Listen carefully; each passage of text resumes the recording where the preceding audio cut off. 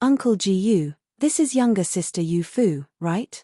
A shadow bore down, and Yu Fu raised her head to look over at who had just come. There, she saw a bright red dress that reached down to the ground, and it was embroidered with a golden thread. Looking up even further, she was of average height, and her waistline seemed to be quite full. Her figure was very curvaceous. Her face was a perfect oval, and her skin was beautiful. Her cheeks were plump, and she was looking at her with a kind smile. What a dignified and noble beauty! Jiyu Huijiang smiled while holding Yu Fu's hand. This is the 5th daughter of His Majesty and the 1st Empress, Princess Danyang. Greetings, Princess Danyang. Yu Fu gently curtsied and was about to perform a blessing of fortune, but her hands had already been caught by Princess Danyang. She carefully examined Yu Fu's appearance. The more she looked, the more stunned she became. In the end, she was in a complete daze. Even rarer still, she had just been brought back to the capital by Jiyu Huijiang, but she never made a fool of herself despite having met so many nobles and officials. With this bearing, it really was no loss that she was Marquis Gu's daughter, nor was it a loss that, she looked at the pink clothes made of cloud-embroidered brocade that Yu Fu wore. Before coming, she had complained to her palace maids that Jiyu Shubai had never given her such a valuable gift. However, he had given so many to an illegitimate daughter all at once. Now that she saw Yu Fu's pristine appearance, what little jealousy that existed in her heart was instantly extinguished. There's no need to be so distant in how you call me. You're Uncle Gu's daughter. It's fine to just call me Sister Danyang. While Princess Danyang said this, she turned and gave a look to the palace servant accompanying her. When that palace servant saw that her attitude towards Yu Fu was so genial, she quickly came to an understanding. She turned around and retrieved a little box made of sandalwood and decorated with gold thread. With this being our first meeting, this is a tourmaline bracelet that my Empress mother gave me during my childhood. Now that I've grown up, it no longer fits me. Giving them to you, they will likely fit you well. The palace servant opened up the wooden box, and a fiery red appeared. The brilliant and colorful bracelet lay inside.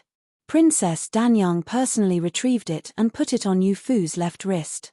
Quite honestly, the fit really was quite nice. Sister Yu Fu's skin is very white, thus wearing red suits you perfectly. How about keeping it on?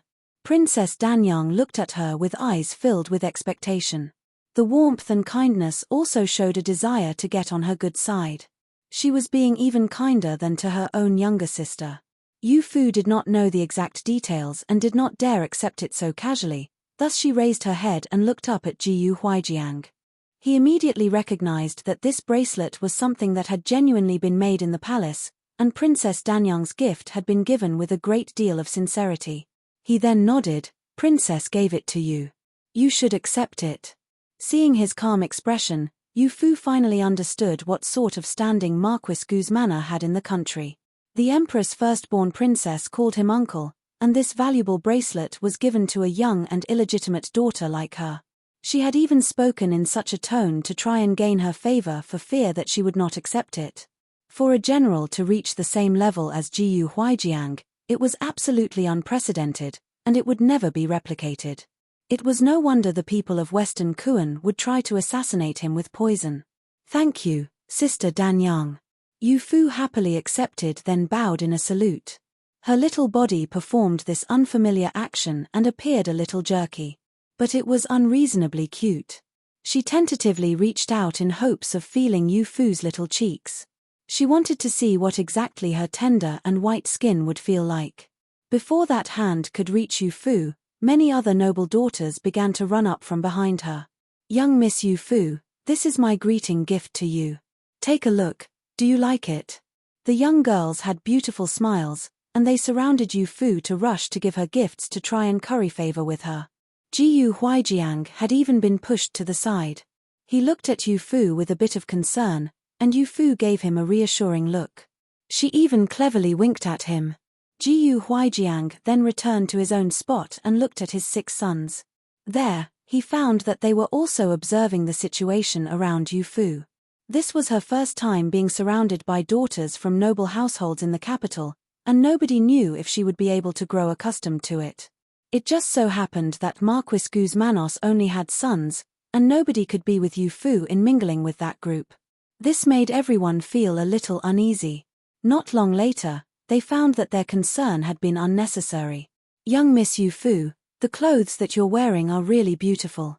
This is the brocade that the eldest young master brought back from Jinling, right? Within a few moments, everyone's attention had become focused on her clothes. Yu Fu gently smiled, her dimples blossoming.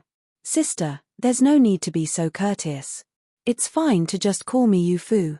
This is indeed the cloud-patterned brocade given to me by eldest brother, but I think that the linen silk that sister is wearing is also quite pretty. The girl who had been praised was Liu Ruyi.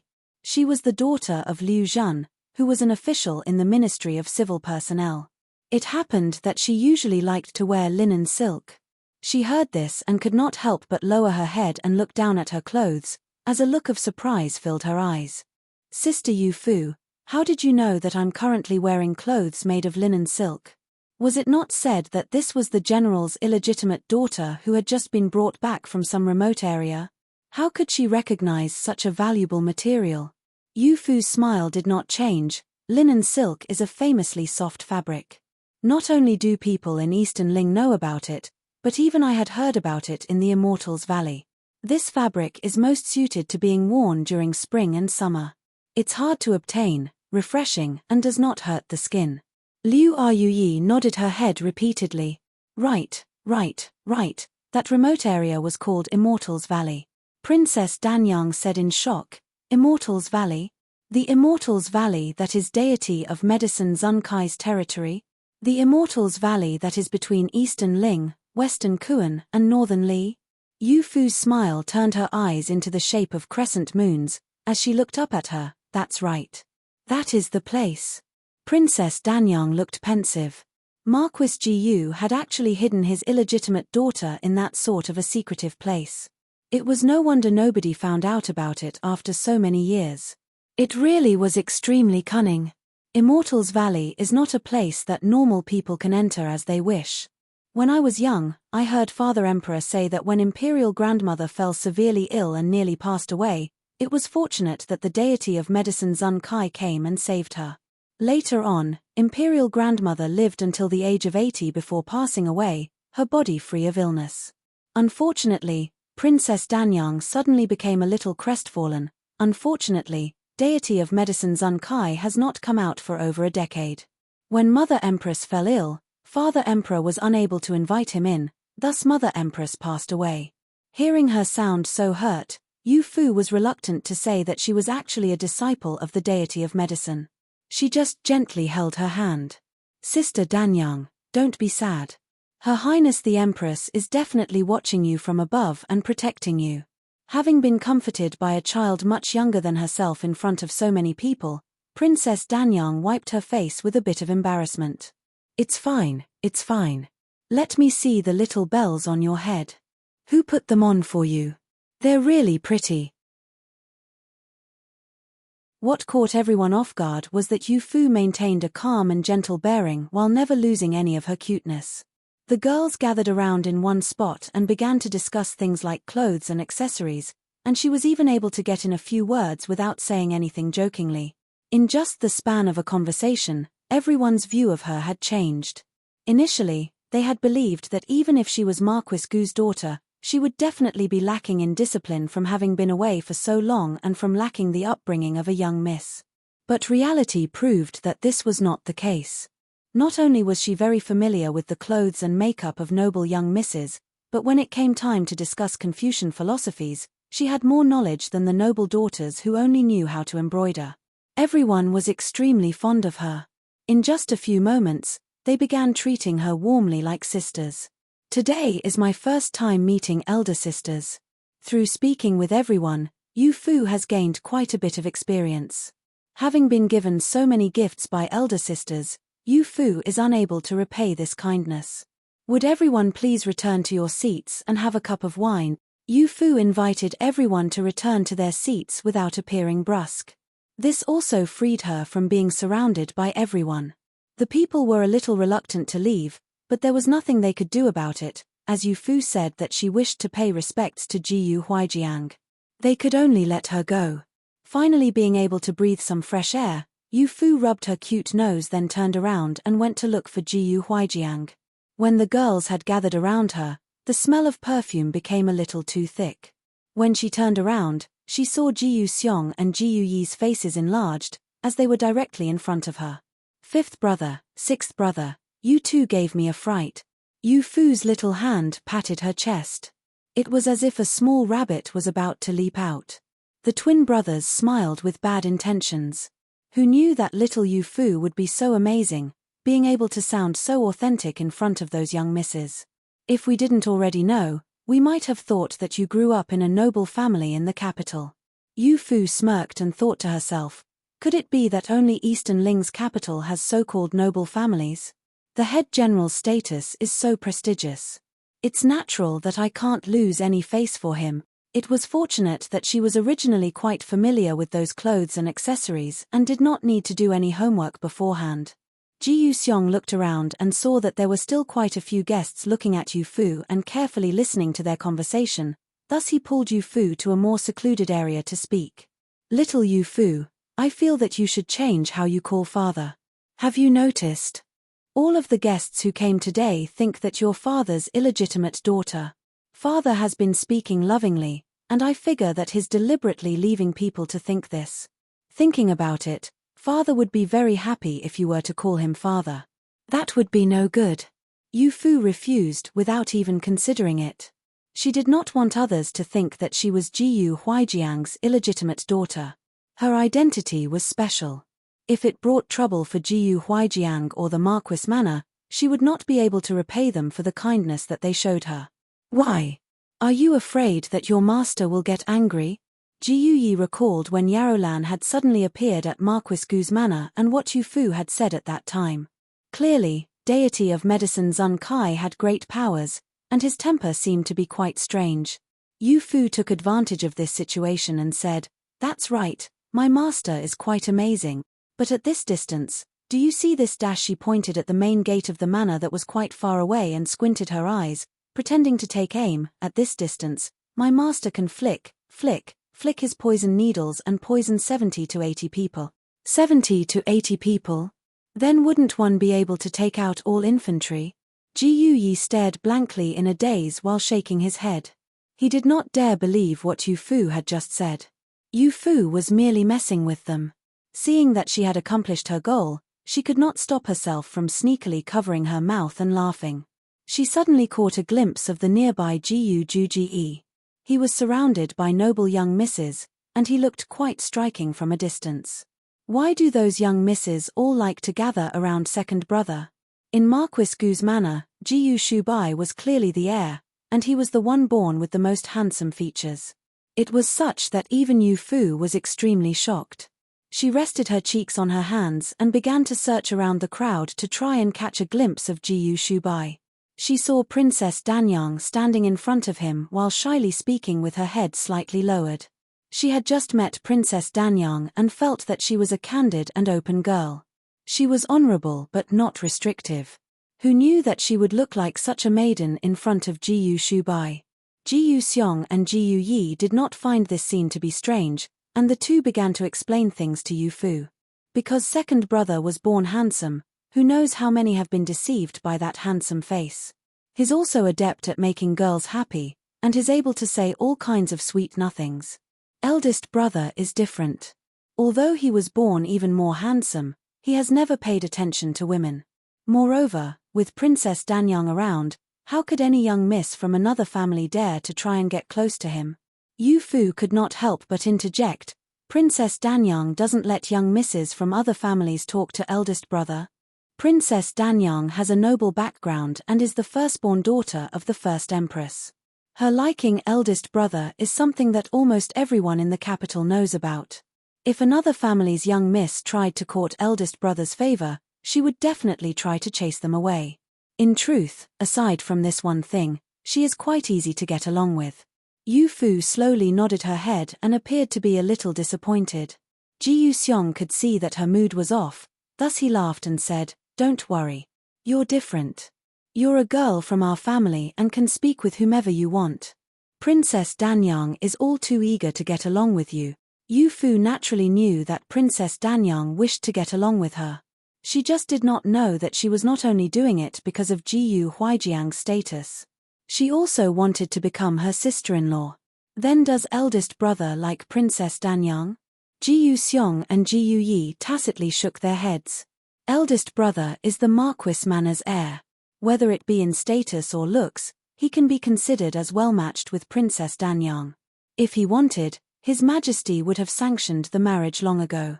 As the Emperor of Eastern Ling, it would be easy for him to compel anyone to do anything, but Marquis Gu's manner was the sole exception. Yu Fu suddenly began to smile after hearing this, as she began to look around the crowd for her other two brothers. In the end, she found Jiyu Hanmo taking care of guests with a cold expression.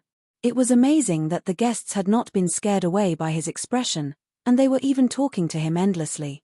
Yu Fu covered her mouth and laughed, thinking to herself that this ice block of a person must really dislike speaking with others. Fifth brother, sixth brother, I'm going to go and save third brother. By the time Jiyu Xiong and Jiyu Yi thought of asking her, Yu Fu had already begun trotting in Jiyu Hanmo's direction. Third brother. Jiyu Hanmo was currently listening to the pot-bellied feudal lord of Wenchang City spout some stereotypical flatteries, and he was extremely bored but could not simply walk away. Suddenly hearing a clear and bell-like voice, it was as though Yu Fu's little figure had descended from the skies. Third brother, I want to go and look for fourth brother. I don't know where he went. Can you bring me to go and look for him? Yu Fu held the hem of his black clothes and looked at him with a harmless expression. Jiyu Hanmo glanced around the crowd. Sure enough, he did not find Jiyu Wenqing and did not know where he had gone. Jiyu Wenqing was a gentle and amiable person. He and Jiyu Hanmo were truly on opposite ends of the spectrum, and even their names were opposites. One was cold and one was warm, and the names fit the person. Yu Fu usually got along with him extremely well. Now that she could not find him, she must have gotten worried. He hesitated slightly and looked toward the feudal lord in front of him. The feudal lord was currently looking down at the top of Yu Fu's little head and the two little hair buns. Her head was also adorned with jewels and silver bells that chimed clearly with every movement. A kind smile appeared on his aged face. This is young Miss Yu Fu, right?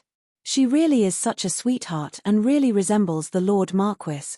These words were clearly nonsense. Jiyu Huijiang was born looking exceedingly like a soldier. He was surrounded in a manly aura, and he was even more awe-inspiring than the cold glint from the tip of a sword. As for Yu Fu, she was born looking gentle and sweet. She was like a secret spring in the mountains that had sakura petals gently floating on the surface. No matter how one looked at it, the two did not look alike. For the sake of getting through the situation, Yu Fu could only acknowledge this. My lord, it may disturb your conversation, but could I first have my third brother accompany me in looking for fourth brother? Yes, of course. The feudal lord laughed while running his fingers through his beard. Go on, young Miss Yu Fu really is adorable and well-mannered. Yu Fu held Jiyu Hanmo's sleeve and ran out. Only after reaching a place where there were no other people did she let go. Now, third brother doesn't need to accompany those people you don't like for conversations. You can go and train with your sword in the backyard. Yu Fu looked at him with a smile, and she appeared to be quite pleased with her methods. The corners of Jiyu Hanmo's lips quivered and seemed to reveal a bit of a smile, but he quickly returned to his usual expressionless self. It was no wonder she came to him. It turned out that she was not actually looking for Jiyu Wenqing. She was just using that as an excuse to get him away. She really was an adorable and understanding girl. Seeing that he did not speak for quite some time, Yu Fu cautiously said, Then I won't continue bothering third brother. I'll be going back first. Hold on. Jiyu Hanmo reached out and grabbed a hold of her collar, leaving her unable to move. Yu Fu turned around in shock to look at him. I'll bring you to look for fourth brother. He said this with an expressionless face, then took the lead and walked out. Yu Fu stayed behind him in a daze. Suddenly coming to a realization, she hastily set off and followed along behind him. Most of the people were gathered for the Dragon Boat Festival's banquet near the front hall. Thinking about it, Jiyu Wenqing would not have gone too far. Jiyu Hanmo led Yu Fu along. Sure enough, they found one of Jiyu Wenqing's personal servants standing near the stage. ZMI, where's the fourth young sir? Wearing a blue cap and blue clothes, the young servant was watching the actors prepare in the back with relish when he suddenly heard his name called. He turned around and saw Jiyu Hanmo and Yu Fu, thus he hurriedly bowed. Third young sir, young Miss Yu Fu, our young sir is currently backstage. Should I go and call the third young sir over? No need, we'll go in and look for him. There were many performers getting ready backstage. People were moving all over, and it was very packed. Jiyu Hanmo slightly furrowed his brow and stood in front of Yu Fu to prevent random people from bumping into her. Yu Fu hid behind him while excitedly watching the performers put on their makeup. There were colorful faces, white-faced young ladies and even faces as black as coal. All of the people moving around, including those playing clowns or females, were males. Yu Fu's appearance aroused quite a bit of curiosity. Yu Fu looked at them, and they looked at Yu Fu. Yu Fu then began to smile sweetly. These people wanted to tease her a little, but when they saw the one leading her, with his cold face and attire, they knew that she was not someone that could be teased so casually. Thus they all lowered their heads, no longer daring to look. Yu Fu instantly lost interest and looked up at Jiyu Hanmo. Third brother, do they all think that you're ferocious, and that's why they don't dare smile with me? Jiyu Hanmo slightly furrowed his brow. Actors are of lower standing. If you want to play, you should play with Princess Danyang. There's no need to pay attention to these people. Actors are of lower standing. Yu Fu thought about what Jiyu Hanmo had just said in a haze, and a feeling of disagreement arose. As she saw it, in this world, only evil people were of lower standing. When it came to good people, regardless of whether they were in lofty positions or lower positions, none of them could be considered of lower standing. Much less when they decorated their faces so funnily. They were far more interesting than the young misses from large families who could only talk about clothes and accessories. Her fourth brother is there. Yu Fu suddenly noticed Jiyu Wenqing's figure. He was currently leaning against a railing and chatting with someone. Seeing Jiyu Hanmo come over with Yu Fu, he quickly stood up straight, as he started to look a little apprehensive. Upon getting closer, Yu Fu immediately knew why he looked apprehensive. It was because the person that he had been happily chatting with was one of those actors that Jiyu Hanmo had described as being of lower standing. That person looked to have a slender build and was dressed up as a female character. Their face had been painted white with a hint of pink, but their delicate features could still be seen. He saw Jiyu Hanmo and Yu Fu walk over, thus he politely moved to the side. What are you doing here? Yu Fu couldn't find you and had me look for you with her. Jiyu Hanmo said this and sent Yu Fu in his direction. Jiyu Wenqing received Yu Fu, then pointed to the actor over to the side. This is my third brother, Jiyu Hanmo. Third brother, this is Hua Li Group's top star, Yu Guan. The actor who had been called Yu Guan very politely raised his hands to cup his hands in greeting Jiyu Hanmo. Every move that was made was done in character, and it had a feminine aura. It was also no wonder, as he usually played a female role. His voice was also a little softer than that of the average man. Jiyu Hanmo was the stereotypical son of a military family. Usually, he favored training in martial arts, and he really looked down on these feminine men, thus his attitude was a bit arrogant. Jiyu Wenqing felt a little awkward and gave Yu Guan an apologetic look, and the latter coolly lowered their gaze. He had become accustomed to being flattered and disdained by nobles and officials. Most of those who flattered him had some sort of ulterior motive. He was a mere actor and could not withstand such things. It was better to be disdained. Your makeup was very well done. Did you do it yourself? A slightly naive voice suddenly broke up the awkward atmosphere. Yu Guan looked down in surprise and saw a young girl leaning against Jiyu Wenqing. She was smiling so much that her eyes had turned into little crescents. Thinking about it, this one must be young Miss Yu Fu, right? Yu Guan squatted down to meet Yu Fu at eye level and looked at her pure eyes. There was not the slightest trace of mockery in them. There was also no wicked ulterior motive. Her praise had come from the bottom of her heart, the bottom of an innocent heart. He smiled sweetly. This humble one is incompetent. My own work is crude. Many thanks, young Miss Yu Fu for the praise. Yu Fu tilted her head. Her first impression of Yu Guan was quite good. The three left backstage and returned to the front to watch the play. Along the way, Ji-Yu Hanmo asked Ji-Yu Wenqing a question. What did you go backstage with those actors for? Ji-Yu Wenqing knew all along that he did not like feminine men, and he disliked those who played females in plays, even more, thus he did not dare dispute it. I know that Yu Guan. He's a famed actor in the capital, and there are quite a few influential people who have invited their Hua Li group to perform. Among them, there are some sons of wealthy families who look to try and bully Yu Guan. I happened to have saved him once. Who knew that Steward Chi would end up inviting the Hua Li group? Because of this, I went to go and chat with him a bit. With things being like this, Ji-Yu Hanmo nodded. You saving him is a good thing. It's just that there's no need to get too close with these actors. That will save you from neglecting your status. Yu Fu heard this and raised her head. She could not stop herself from fighting against this. Does third brother do everything so earnestly? Even the great general isn't as strict as you. When we were at the border, he was even amiable with the peddlers and commoners. He never looked down on them for their worse situation. Ji-Yu Hanmo had instantly been stumped and did not know how to respond. It was only after a long period of time that he managed to squeeze out 3 words. That is different. What is there that's different? Peddlers and actors performing plays all rely on their own efforts to have food to eat. Ji-Yu Wenqing heard what Yu Fu said and felt extremely happy. Well said. Ji-Yu Hanmo had never been good at communicating and figured that Yu Fu was still too young and would not understand that there was no shortage of male prostitutes among the actors in Eastern Ling. He had to explain but also felt that he could not talk about such filthy things to such a young girl. He held it in until he was red in the face but did not say a single word. He could only turn around and leave. Seeing Ji-Yu Hanmo's parting figure, Yu Fu felt as though she had caused some trouble. Oh no. I finally managed to get a little closer to third brother, but I made him mad again.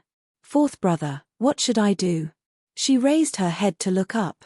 Not only was Ji-Yu Wenqing not worried for her, but he also had a look of joy. Don't worry. Third brother isn't angry. He is bad at communicating and didn't know how to explain it to you. In truth, third brother looking down on those actors is reasonable. The reason behind it is a little hard to explain to you, but Yu Guan is not the type of person that he thinks. Ji-Yu Wenqing leaned over and patiently explained to her, then gently rubbed her little face. But what you just said was very good. It really was great. As long as one relies on one's own labor to survive and is doing it in a proper manner, they should not be looked down on. This is also what Father has always taught us. It's no wonder Father likes you so much. Though she was young, she was not completely muddled and ignorant. She knew what was right and what was wrong. Among girls, this was truly hard to come by. His smile was gentle, as he held Yu Fu's hand and led her back to the front, as the sound of drumming grew more lively. Yu Fu, come quickly. Ji-Yu Shubai had saved her a seat at the table. There were 3 people there, and aside from him and Yu Fu, it was Ji-Yu Juji. Based on the seating arrangement, it could be seen just how much importance Ji-Yu Huijiang attached to Yu Fu. An illegitimate daughter was treated the same as the heir. This was truly something that had never been seen before. Yu Fu, however, did not understand this. Seeing Ji-Yu Shubai welcome her, she happily ran over while the bells on her head rang wildly. Where did fourth brother take you to play? Yu Fu looked around, and there were quite a few people looking at her. She was worried that it would not be good for Ji-Yu Wenqing if she told the truth. We didn't go anywhere to play. We just went for a stroll to see what sort of interesting shows would be put on today. Ji-Yu Shubai instantly recognized that she was not telling the truth, but he did not expose this. He just patiently poured her a cup of tea. A nice show will begin shortly. This is a play performed by the Hua Li group called The Unruly Princess. I specifically requested it for you. Unruly Princess? Yu Fu's heart skipped a beat, as she almost believed that Ji-Yu Shubai had found out about her true identity. It was only after the play began that she understood what Ji-Yu Shubai's words truly meant. It was unlike plays like the Peony Pavilion that spoke of love between men and women, or plays that featured being forced to desperate action for family or country, neither of which were suited for children to watch. Jiyu Juji took a glance at Yu Fu's face and could not help but lift his wine cup and laugh a little. Eldest brother's vision is quite good. Sure enough, you liked this play. It's a pity for the old military men here, as they need to accompany you in watching this play for little girls. The one playing the lead role in this play was Yu Guan. Because Yu Fu had met him before, she was very invested in watching the play on the stage. Yu Fu and Jiyu Wenqing were roughly the same age and should also be around 17 or 18, yet he did not seem out of place playing a 13-year-old princess. Jiyu Joga's words were what dragged Yu Fu back to reality. She looked away from the stage. Seeing the court officials and military officers watch the young princess act spoiled on the stage while pretending to look very interested and applauding, it was a very humorous scene. Yu Fu instantly burst into laughter. Nobody likes watching it, so why did Hua Li Group perform this play? Is it not for you? Who in the capital doesn't know that Marquis Jiyu brought back a daughter? Today's Dragon Boat Festival banquet was also for your sake. Even if it only makes you smile, them putting on this play would have been worth it. Jiyu Juji swirled the wine in his cup, then looked up toward the stage. Yu Fu also hurriedly turned around to look over. This play is very good, reward them. Sure enough, Jiyu Huijiang was all smiles and ordered Steward Qi to reward the Hua Li Group. After just a few moments, roughly 20 servants came out carrying large baskets, scattering money onto the stage. The loud sound of copper coins splashing onto the stage did not cease, and the smile on the Hua Li Group's boss blossomed beautifully like a flower. The other guests also applauded following this. Even Marquis Jiyu had said it was good. Then was it possible for it to not be good? Yu Fu covered her mouth, as she was both moved and happy. She and Marquis Gu's manner did not have the slightest blood connection, but everyone, starting with Marquis Jiyu, treated her like a treasure. This love that she had not experienced for a long time made her heart feel warm. But to have everyone accompany her in watching a play for young children made her feel a little apologetic. Who said that nobody likes watching? Jiyu Shubai's gaze landed on the stage. His emotions were steady, as he gently said, I feel that it was very good. Jiyu Joga's hand froze, as he looked over at him while raising his brow slightly. Only after the guests of the Dragon Boat Festival banquet left did the other young sirs hear about the situation with Qi Ting. What? She actually dared to be so bold and frame you for breaking into father's study and try to grab you?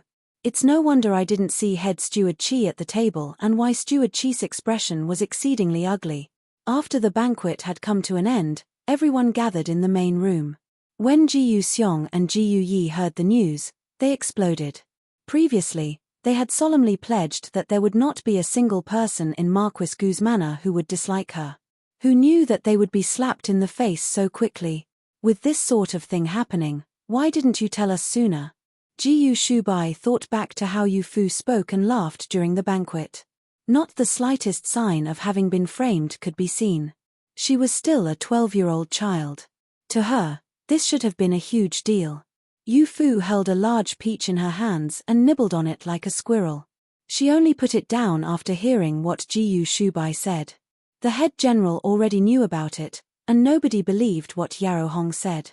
Earlier, there were so many guests in the manor, and I didn't want to let them find out about any of the manor scandals that might spoil their mood. For a unique existence like Qi Ting, she could not take the place of the other maidservants in the general's manor, nor could they allow her to wipe out all of head steward Qi's hard work. If an outsider found out about this matter, it was possible that it would wind up being denounced by others, even if Qian and Qiju spoke on their behalf. After she finished speaking, she began to nibble on the peach once more. She was completely oblivious to the ripples that she had created in everyone's hearts. Yu Fu was always more understanding than they believed. After they believed that they had found Yu Fu's limit, she would continue to shatter their expectations. That she was so sensible, they were all quite moved. Yu Fu, when you were in Immortal's Valley, would you also think about such things? Yu Fu smiled at Jiyu Huijiang, and some fresh peach juice leaked out of the corner of her mouth. This made Yarrow Lan quickly come up to wipe her mouth. But of course. Master's personality is extremely impudent, and he always offends people. Although he is very strong and isn't afraid of offending people, there are influences from 3 countries, and Master is just an ordinary person. I don't want him to offend too many people. It was no wonder Zun Kai had quickly sent Yarolan to take care of Yu Fu after she had been brought to Eastern Ling's capital. He had even sent her out with so much money, fearing that Yu Fu would suffer some hardship. If anyone else had such an understanding disciple, would they not take care of her in any way possible? Influences from 3 countries? Could it be that Immortals Valley has some influential people from other countries? Jiu Juji was sharp and focused on those words. Northern Li was fine, as that was the largest and strongest existence of the 3 countries, however, they never invaded the other 2 countries. He wanted to know about Western Kuan. Western Kuan and Eastern Ling had been engaged in continuous conflict, but they stayed away from Northern Li. Put simply, they simply did not have the courage to do anything. Yu Fu bit her lip. Very many, there are especially many people from Western Kuan. Master said that Western Kuan is more ambitious than Eastern Ling. They also know just how important medicine and poisons are to a country. As she said this, she looked at Jiu Huijiang, her gaze landing on his abdomen. That was the place where she had gone to work to remove the poison. That's why Western Kuan's people knew how to use Kunlun snow to harm the general, but the Jiu family's military doctors didn't have a grasp on how to cure Kunlun snow. This is the difference. Those present were all pillars of Eastern Ling's military. How could they possibly be unable to understand what Yu Fu was reminding them? Though she was not an Eastern Ling person.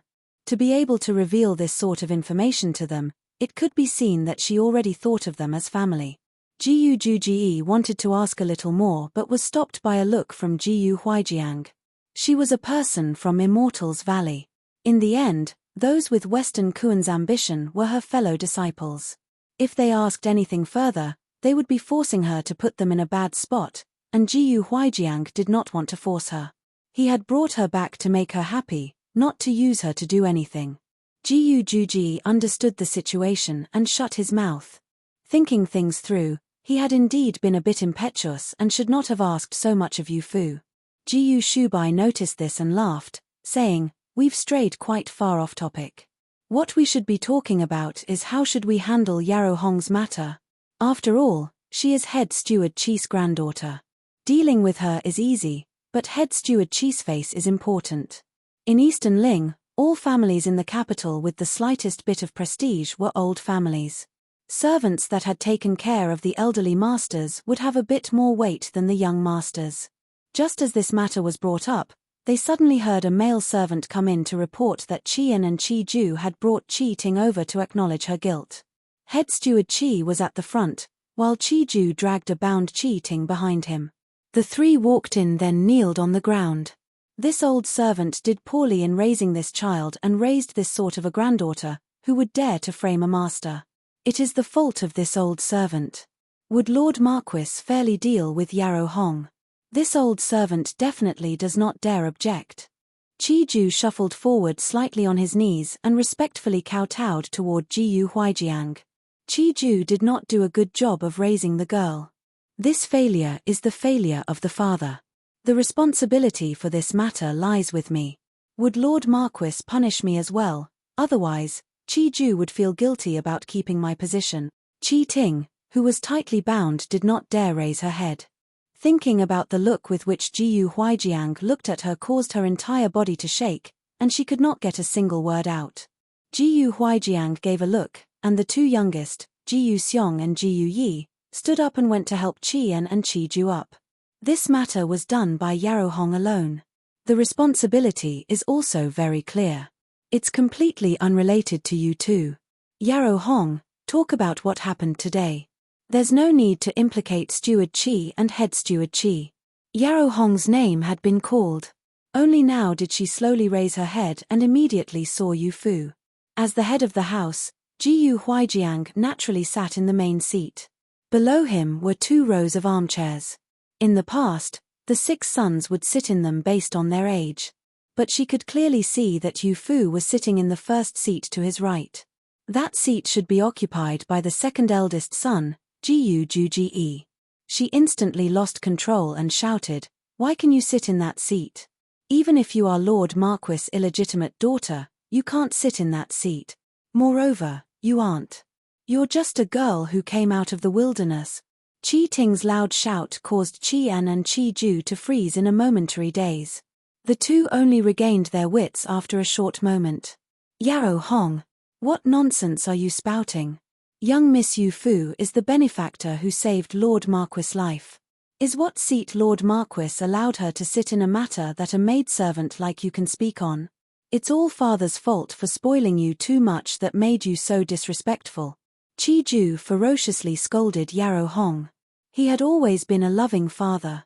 Now that he suddenly became strict, it had the opposite effect.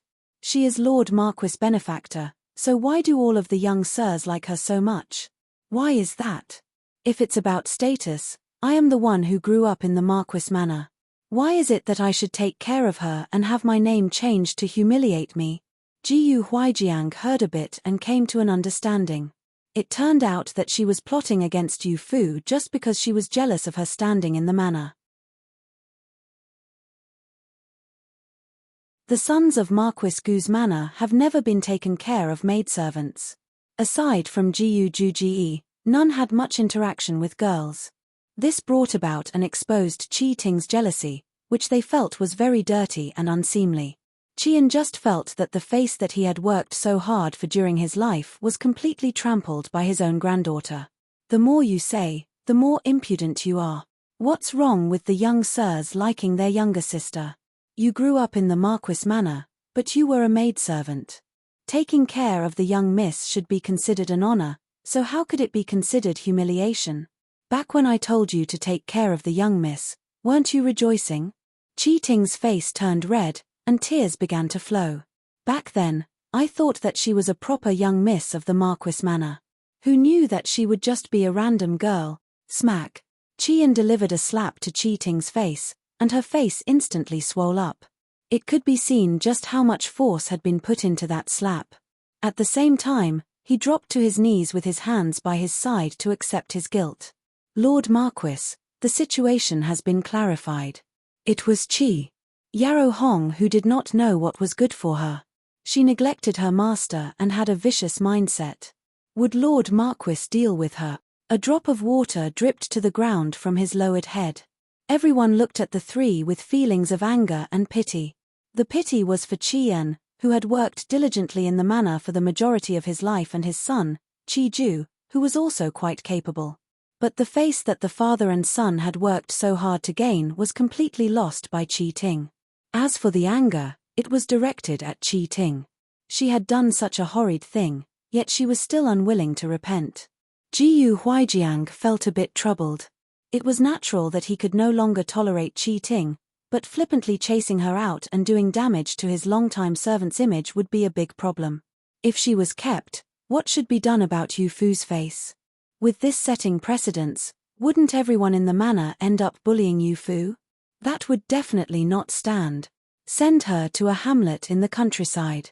She can be considered as having been spoiled rotten by living in Marquis manor.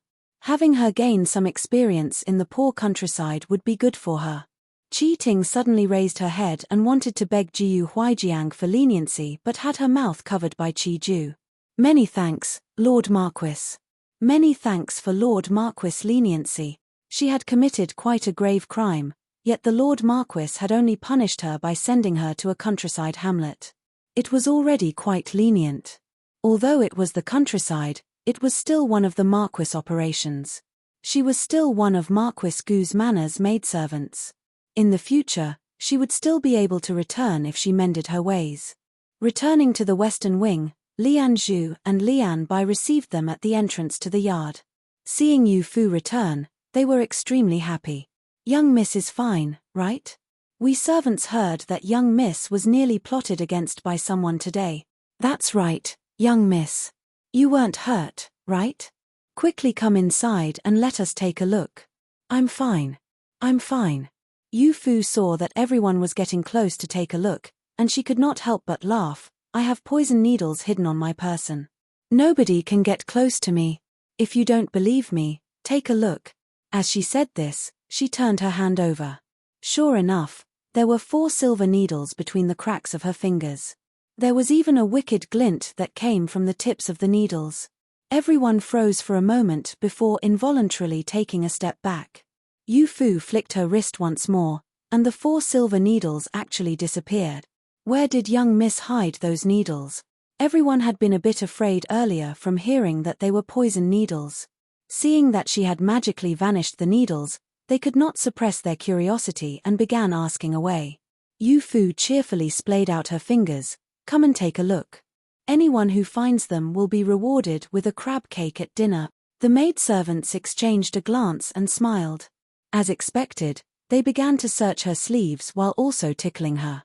Yu Fu giggled and did her best to get away. This sort of mischief isn't any way to go about things, teasing me just because you can't find it. Haha, spare me. It tickles so much. Yarrow Lan hastily straightened her back and protected Yu Fu behind her. She herself was not the slightest bit afraid of being tickled. Very well, Yarrow Lan. You've been with the young miss from childhood and must know where young miss hid the needles. Quickly, tell us. The group saw that they were unable to find them on Yu Fu, thus they turned their eyes on Yarrow Lan to try and have her sell Yu Fu out. Yarrow Lan thought quickly, her round cheeks giving her a very good-natured appearance. She opened her mouth and suddenly blurted out, "Back then, I searched for an entire month before managing to find them. How could I tell you so easily? You would need to give me at least 5 crab cakes." The group messed around for a while, completely dissipating any nervousness that had remained from Yu Fu nearly being successfully plotted against. They also heard that Qi Ting had been sent to a hamlet in the countryside, nearly causing everyone to applaud with joy. Yarrow Hong actually dared to do something to harm our master. Sending her away to a hamlet is considered light. She has never been respectful of master while she was in the Western Wing, but young miss was kind and endured. We have been finding it hard to watch since quite a while ago. Lian Zhu was a bit more satisfied than the others. Who told Qi Ting to always try and exclude her, saying that she was born looking like a fox spirit? She would often want to shoot back and ask if she had ever seen a fox spirit skilled in writing. But Auntie Li had said that they were all taking care of the young miss, thus they should work in harmony. They could not make their master look bad, thus Lian Zhu did not dare act up. Who knew that retribution would come so quickly? Qi Ting had already been chased out of the manor. That's right. She flaunted that she was the head steward's granddaughter and acted arrogantly in the manor. She even dared to be disrespectful towards young miss, much less how excessive she was in front of us. Is young miss not mad? While everyone was cheerfully speaking, they found that Yu Fu was merely looking out of the window at a spring. She was not replying, and everyone suddenly felt a little strange. Yu Fu shook her head. What is there to get mad at? There are plenty of people with muddled heads. If you got mad at each and every one of them, you'll never stop being mad. It's fine as long as I know that the head general will handle things fairly. Everything else is unrelated to me. She held a balsam flower between her fingers. While speaking, she gently removed flower petals and released them to be blown into the water. The scarlet petals floated on the clear spring, and Yu Fu smiled brightly. She then lowered her head and continued removing more petals. Lowering her head, she found that everyone was looking at her in a daze. What are you all looking at me for? Keep chatting. There's no need to be so restrained. I know that you've all been quite frustrated with her. You should vent a little. Don't worry, I won't tell Auntie Li about it. Everyone felt even more that she was the epitome of perfection. Lian Zhu said, "Young miss, are you really only 12 years old?" Ever since Yu Fu walked into the Jiyu family's military camp, she had been laughed at by those grown men for being short. At most, she looked to be 10 years old. As a result, she was a little sensitive when age was mentioned, straightening her back with pride. Of course, I'm 12 years old. I haven't lied. Young miss is able to be so broad-minded at just 12 years old. It really makes this servant admire you. If we servants had heard young miss say this sooner, we would not have needed to be mad with Yarrow Hong for such a long time. Everyone faintly felt as though they were in a dream. They initially thought that Yu Fu was merely smart and cute, and they had treated her as a child. who knew that her attitude and vision were not comparable to those of normal young misses from prominent families. Since you have all become so enlightened, tidy up her things for her to take away. They had just been copying Yu Fu's earnest expression a moment earlier, but now they had bitter expressions. Nobody wanted to go and tidy up Chi Ting's things for her. Leaving Marquis Gu's manor, everyone had seen Yu Fu and toted up to Marquis Ji Yu. They were all feeling quite satisfied. After bidding each other farewell, they all returned to their own homes. Young Sir Yin, take care. A middle-aged official spoke with a chuckle and saluted to the young man before ignoring his true feelings and adding, "Send my kind regards to your honored father, Prime Minister Yin." Prime Minister Yin was a hated official, but his son, Yin Shuo, was the exact opposite. In court, he was very well loved by all. Everyone wanted to get along with Yin Shuo.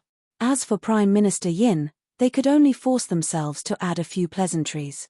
Seemingly without having noticed the forced nature of his words, he replied, "Very well, my lord, take care." When he spoke, his voice was gentle and kind. His eyes were smiling and made others feel at ease.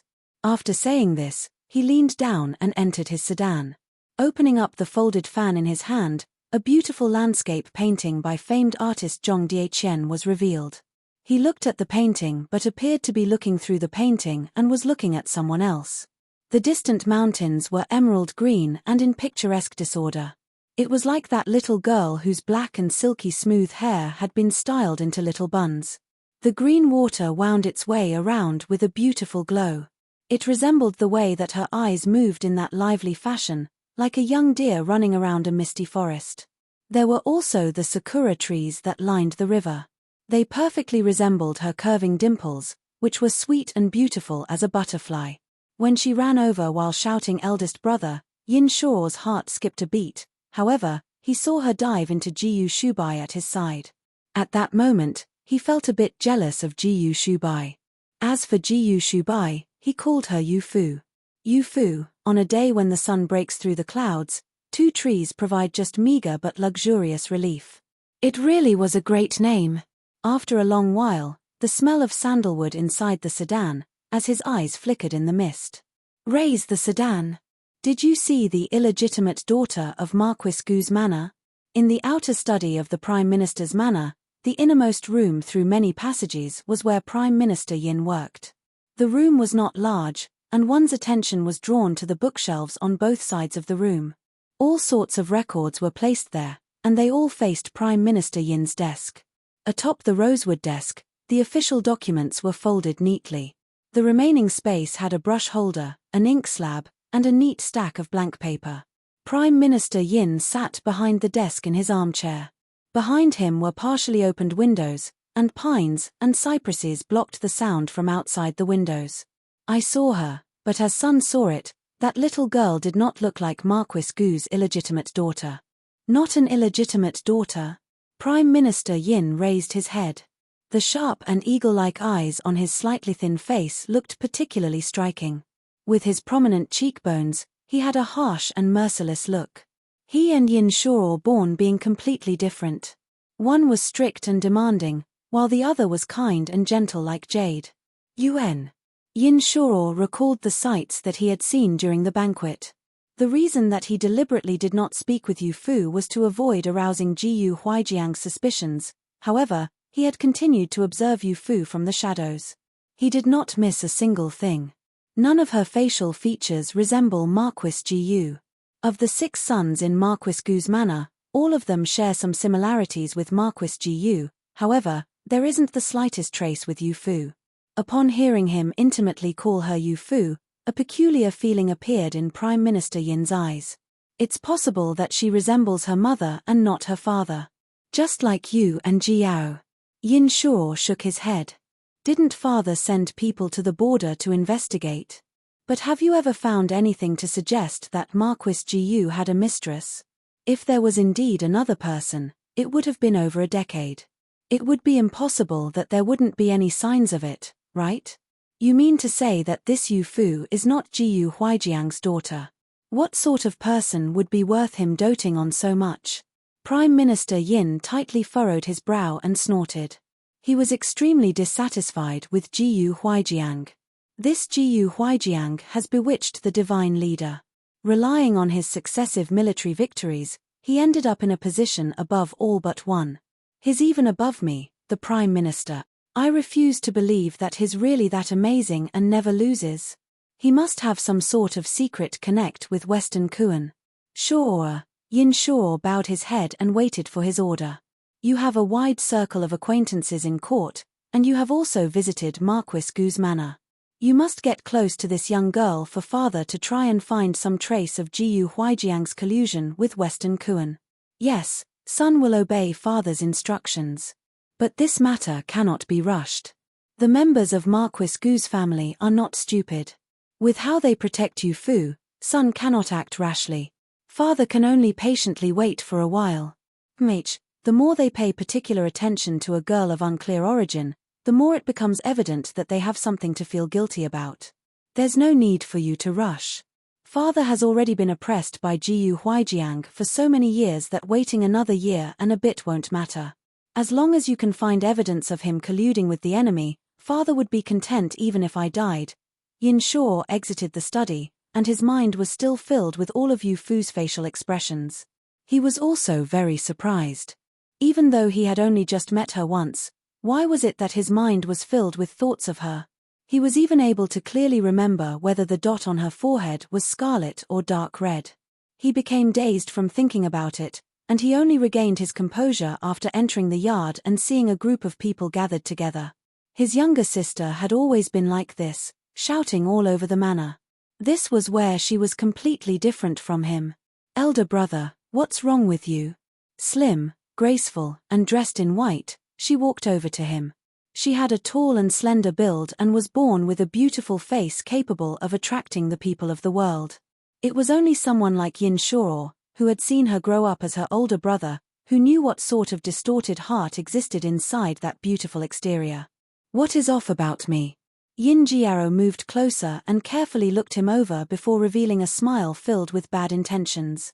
Although the days are getting hot, there's no reason for elder brother's face to be so red while walking in the shade, right? His face was red.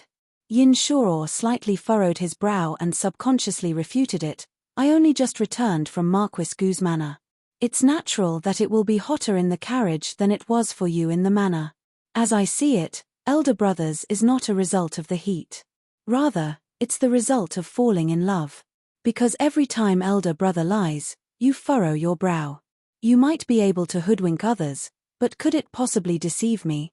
Though you and I might not have been born from the same mother, Yin Shuo raised his head and coldly looked at her, his eyes filled with a warning look.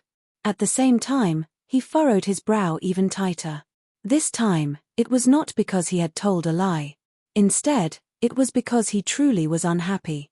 Yin Jiaro hastily bowed and acknowledged her wrongdoing, for she did not dare to truly make Yin Shuo angry. It was Jiaro who was spouting nonsense. Jiaro and elder brother were born from the same mother. Mother gave birth to both of us. Elder brother, don't be angry. Jiaro doesn't dare do it again. Go back to your room and continue with embroidery. It's hot outside and not suited for a young miss of a large family to be out and about. Yin Shuo had a cold expression and spoke without the slightest bit of emotion. This frightened Yin Jiaro into hastily turning around to leave. Seeing the group of maidservants and grannies loudly depart, Yin Shuo's mental state slightly improved, but he could not help but recall what Yin Jiaro had just said. Fallen in love? What a joke. I, Yin Shuo, am a young man. How could I have fallen in love with a 12-year-old child? He spoke to himself, but his voice trailed off toward the end, becoming nothing more than a whisper.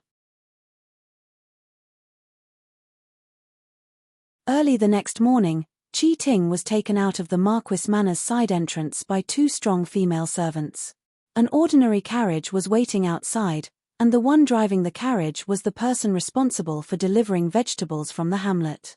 They would take advantage of this opportunity to have him bring Qi Ting away. You two, please wait. Suddenly hearing the sound from the door, the two servants stopped, then saw a short maidservant walk out. Though she was short, her clothes were not normal. They were clothes that only the top maidservant of the Marquis manor could wear. There were only a few maidservants in the manor, and they all served in the western wing. This one was young and had clothes that were out of the ordinary. It was clear that this one was Yu Fu's personal servant, Yarolan. "Oh, Miss Yarolan, why have you personally come out here?" Though she was young, her status was higher than that of a normal servant, thus the two older servants spoke very respectfully. Yarolan smiled and pointed at the bundle that she was holding. "This, our young miss is benevolent and said that Yarrow Hong's things needed to be tidied up and brought out to her. It can be considered showing some consideration for their relationship as master and servant." As she said this, she handed it over. Qi Ting was about to go and receive it, however, she was pulled back by the two servants. "The young miss is too benevolent. Instead of keeping these nice clothes and accessories to be rewarded to good servants, why give them to her?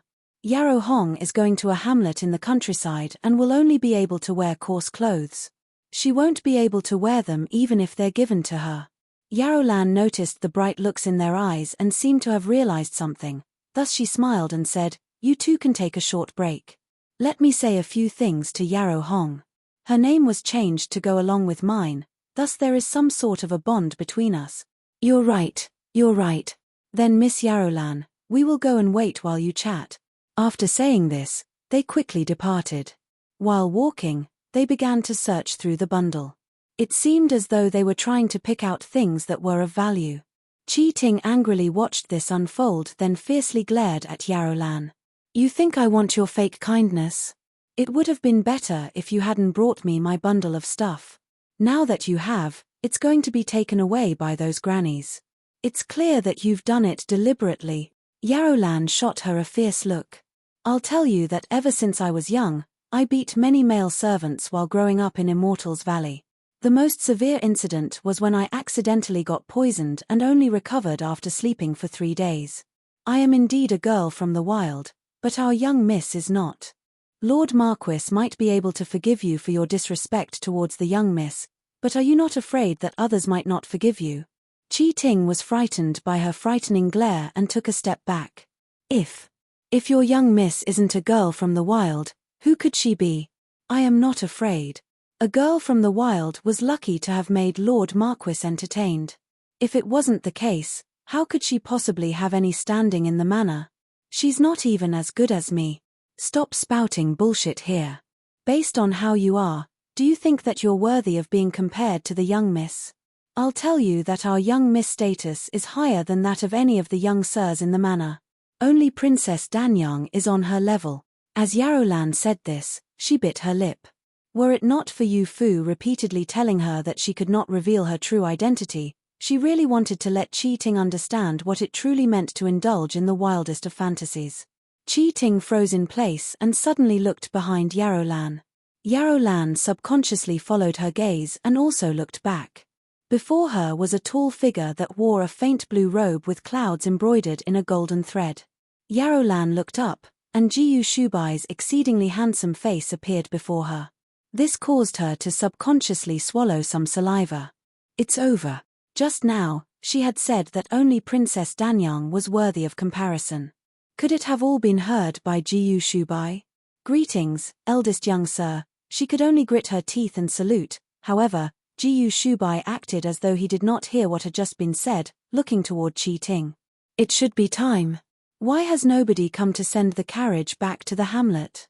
The two grannies hastily came out of the corner while wrapping up the bundle that had been thoroughly ransacked and throwing it to Qi Ting. "Eldest young sir, we will send her off immediately." After saying this, they pushed Qi Ting into the carriage. During this, Qi Ting was in a daze from thinking about the earth-shaking revelation from Yarolan. She had said, Yu Fu's status was greater than that of all of the young sirs in the manor. Only Princess Danyang was worthy of comparison. Could it be that she was also a princess? That was absolutely impossible. The driver raised his whip and smacked the horse's rear. Only then did Qi Ting regain her composure and hastily poked her head out of the window to plead with Jiyu Shubai for forgiveness. He had personally come to send her off. He must not want her to leave, right? "Eldest young sir, eldest." Her head looked like a flag blowing in the wind. Suddenly poking her head out of the window, she saw that Jiyu Shubai had leaned over to ask Yarolan something. He was not looking at her in the slightest. What about the eldest? Leave quickly, or are you not afraid of having your head split open? The two grannies were happy to kick her while she was down, as they walked up with ferocious expressions on their faces and pushed her head back into the carriage. When Yarolan returned to the western wing, her head was hanging. What is it? Weren't you the one who wanted to go and send the bundle to Yarrow Hong, saying that you wanted to warn her a little? Could it be that she made you even angrier? Yu Fu was currently playing cat's cradle with the two maidservants, Yin Ling and Yin Shui. The first to make tangle the string would be flicked on the forehead. They were in the middle of the game when she saw Yarolan walk through the entrance with her head down. Yarolan shook her head and made a throat-slicing gesture before rolling her eyes and looking back. Jiyu Shubai stepped in behind Yarolan with a smile on his face. Eldest brother, you came. When Yu Fu saw him, she tossed away the string that she was holding, and Yin Ling hastily moved to catch it lest it became tangled. She hopped over to him and suddenly recalled what had happened the previous day and felt a little embarrassed. Yesterday, she had been in a panic and said that eldest brother looked the best. This happened to have been heard by Jiyu Shubai. It really was a shameful matter. Lian Bai heard this from the inside and hurriedly walked out with Zhu Lian to salute to Jiyu Shubai. This servant will pour some tea for eldest young sir. Yin Ling, Yin Shui, you two go and play outside. There's no need to pour the tea. I have something to say to Yu Fu. You can all leave. Yu Fu froze for a moment, then looked at Yarolan's strange expression and felt even more that something was off. What exactly had happened? Yarolan, Yin Ling, and Yin Shui were led outside by Lian Bai, leaving only Jiyu Shubai and Yu Fu in the room. Eldest brother, please sit if you have something to say.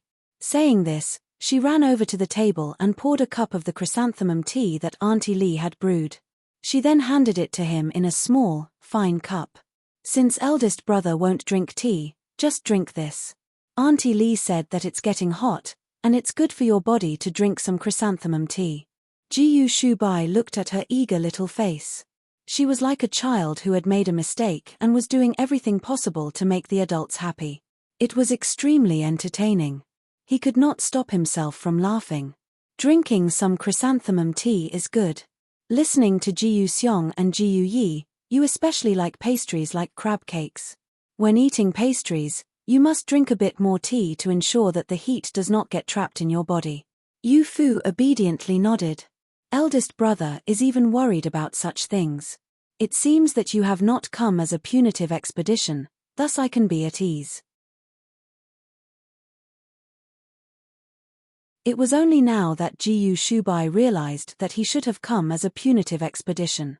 He hastily put on a stern expression and looked at Yu Fu with an inquisitive gaze. When I was passing by the side entrance of the backyard, I happened to hear Yarolan speak with Yarrow Hong. For the sake of shocking Yarrow Hong, she revealed your true identity. If it was not for what she had said, I really would never have thought that you would be deceiving us like this. Yu Fu's eyes became wide in an instant. No wonder Yarolan had that expression just now. What did she say to reveal it? I clearly told her, this is wrong. Yu Fu suddenly covered her mouth and looked at Jiyu Shubai with her brows slightly furrowed in confusion. Even if her sharp yet puzzled expression was very adorable, he endured and did not allow himself to laugh, maintaining his stern expression. Eldest brother cheated me last time. You clearly knew that fifth and sixth brother had come, but you deliberately asked me about their names. Isn't eldest brother scamming me again this time? Amazing. Jiyu Shubai raised an eyebrow. He did not think that she would be this smart, growing with just a single setback. Yarolan never said it directly, but she told Yarrow Hong that your status is even greater than all of us, and only Princess Danyang is comparable. Ever since you entered the manor, we already knew that you were the medical god's disciple. As for your actual identity, we know absolutely nothing. Sure enough, that girl Yarolan did end up causing her trouble. Yu Fu gnashed her teeth and thought about how this was not the time to be blaming Yarolan. The most pressing matter of the moment was to stop Jiyu Shubai. Eldest brother, everyone has secrets. Could it be that you don't have any? She pitifully looked at Jiyu Shubai, but the look of having something that could not be said caused Jiyu Shubai to freeze. Secrets, huh? Perhaps there were. He looked at Yu Fu, her small head, her small lips, and the small silver bells that hung from her hair buns. The secret in his heart was also just as small. This is your secret, but is it one that cannot be told even to me? Yu Fu hesitated for a moment but ended up biting her lip and nodding. Eldest brother, I don't want the head general to tell everyone that I am his illegitimate daughter. It's not just for my master, but it's also because of this secret. Do you trust me? Do you trust that I won't bring you harm? Jiyu Shubai patted her small head and gave her a reassuring smile. No one would think that you would want to harm us. If you aren't willing to say it, I will act as if I never heard it. This is your little secret, and eldest brother will help keep it for you. Not only did he not ask anything else, but he also said that he would help her keep this secret. Yu Fu blinked a few times, the corners of her eyes slightly wet, as she looked at Jiyu Shubai with a look of reliance. Thank you, eldest brother. She spoke softly, then dove into his embrace, her tiny hands tightly grabbing his clothes. She was unwilling to let go for quite a while. Ever since the Dragon Boat Festival passed, the court officials began to find that they now had another excuse to get close to Marquis Jiyu. That excuse was Yu Fu. As long as there was a topic related to Yu Fu, Marquis Jiyu would listen for a little while, especially the officials who had daughters. In this regard, they had a great advantage over those officials without daughters. Lord Marquis, your manor does not have a single wife. It doesn't even have a concubine who can provide support. This is not beneficial to the development of a young miss. After all, she is a daughter, and there is no head wife to take care of her needs. This is definitely inconvenient. After court was dismissed, the officials gathered outside of the imperial court and formed a circle around Jiyu Huijiang. All of them then took turns to speak. For once, Jiyu Huijiang did not find an excuse to leave. This marquis has been single for so many years. I have 6 sons and Yu Fu, and I do not wish to take a second wife, nor are there our plans on taking in a concubine. He ran his fingers through his mustache and spoke slowly. This caused the ones to have spoken earlier to feel a little disheartened. It seemed that Marquis Gu's fondness of Yu Fu was limited to just a bit. He was not even willing to take in a concubine to take care of her. But everyone's ears perked up to listen to what he had to say. My lords also have daughters at home. If you could tell this marquis about how to raise a daughter, it would be good to let me learn a little. What was this? Marquis Jiyu wished to personally raise his daughter. The people were shocked, and the officials with daughters were the first to react. Raising their hands, they rushed to respond. One person said, Lord Marquis, daughters must learn the 4 arts, and they must be proficient in needlework. These are things that must not be neglected. You need to have a specialized person to come and teach young Miss Yu Fu.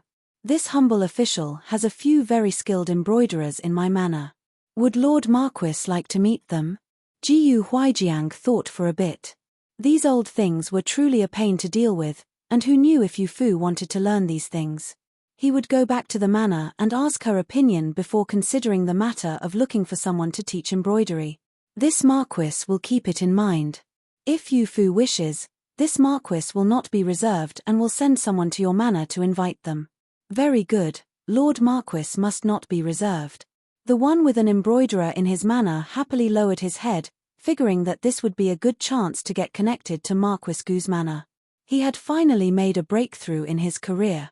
Another person then said, Lord Marquis, a daughter's body is a little different from a son's. My daughter needs to have a tail of bird nest every day. Lord Marquis may wish to prepare some bird nest or donkey hide gelatin for young Miss Yu Fu. My home has some donkey hide gelatin brought in by Northern Lee. If Lord Marquis does not dislike the idea, shall I have someone send it over? Bird nest. Donkey hide gelatin? Jiyu Huijiang thought about it. Back when his wife was still alive, she also seemed to be eating these things quite frequently. Ever since his wife passed away, there were only males who liked practicing martial arts. All of them had strong and sturdy bodies, and supplements were very rarely taken. Thinking about it, there would no longer be any such things in the warehouse. Very well, Then I will thank you. If Yu Fu likes eating them, this Marquis will have someone go to Northern Li to get more, and an extra portion will be brought for your family's young miss. The person that had spoken instantly rejoiced.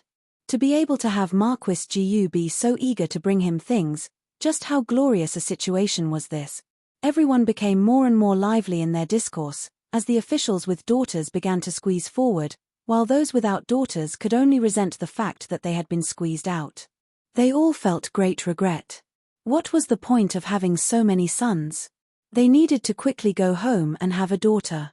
Only like this could they find something to speak about with Marquis Gu. Not far away, Prime Minister Yin saw this scene and let out a snort in disdain.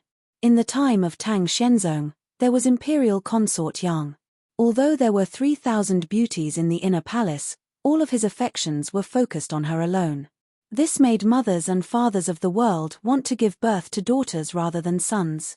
Now that he, Jiyu Huijiang, brought home a daughter of unknown origin, this sort of a grand spectacle has been sparked.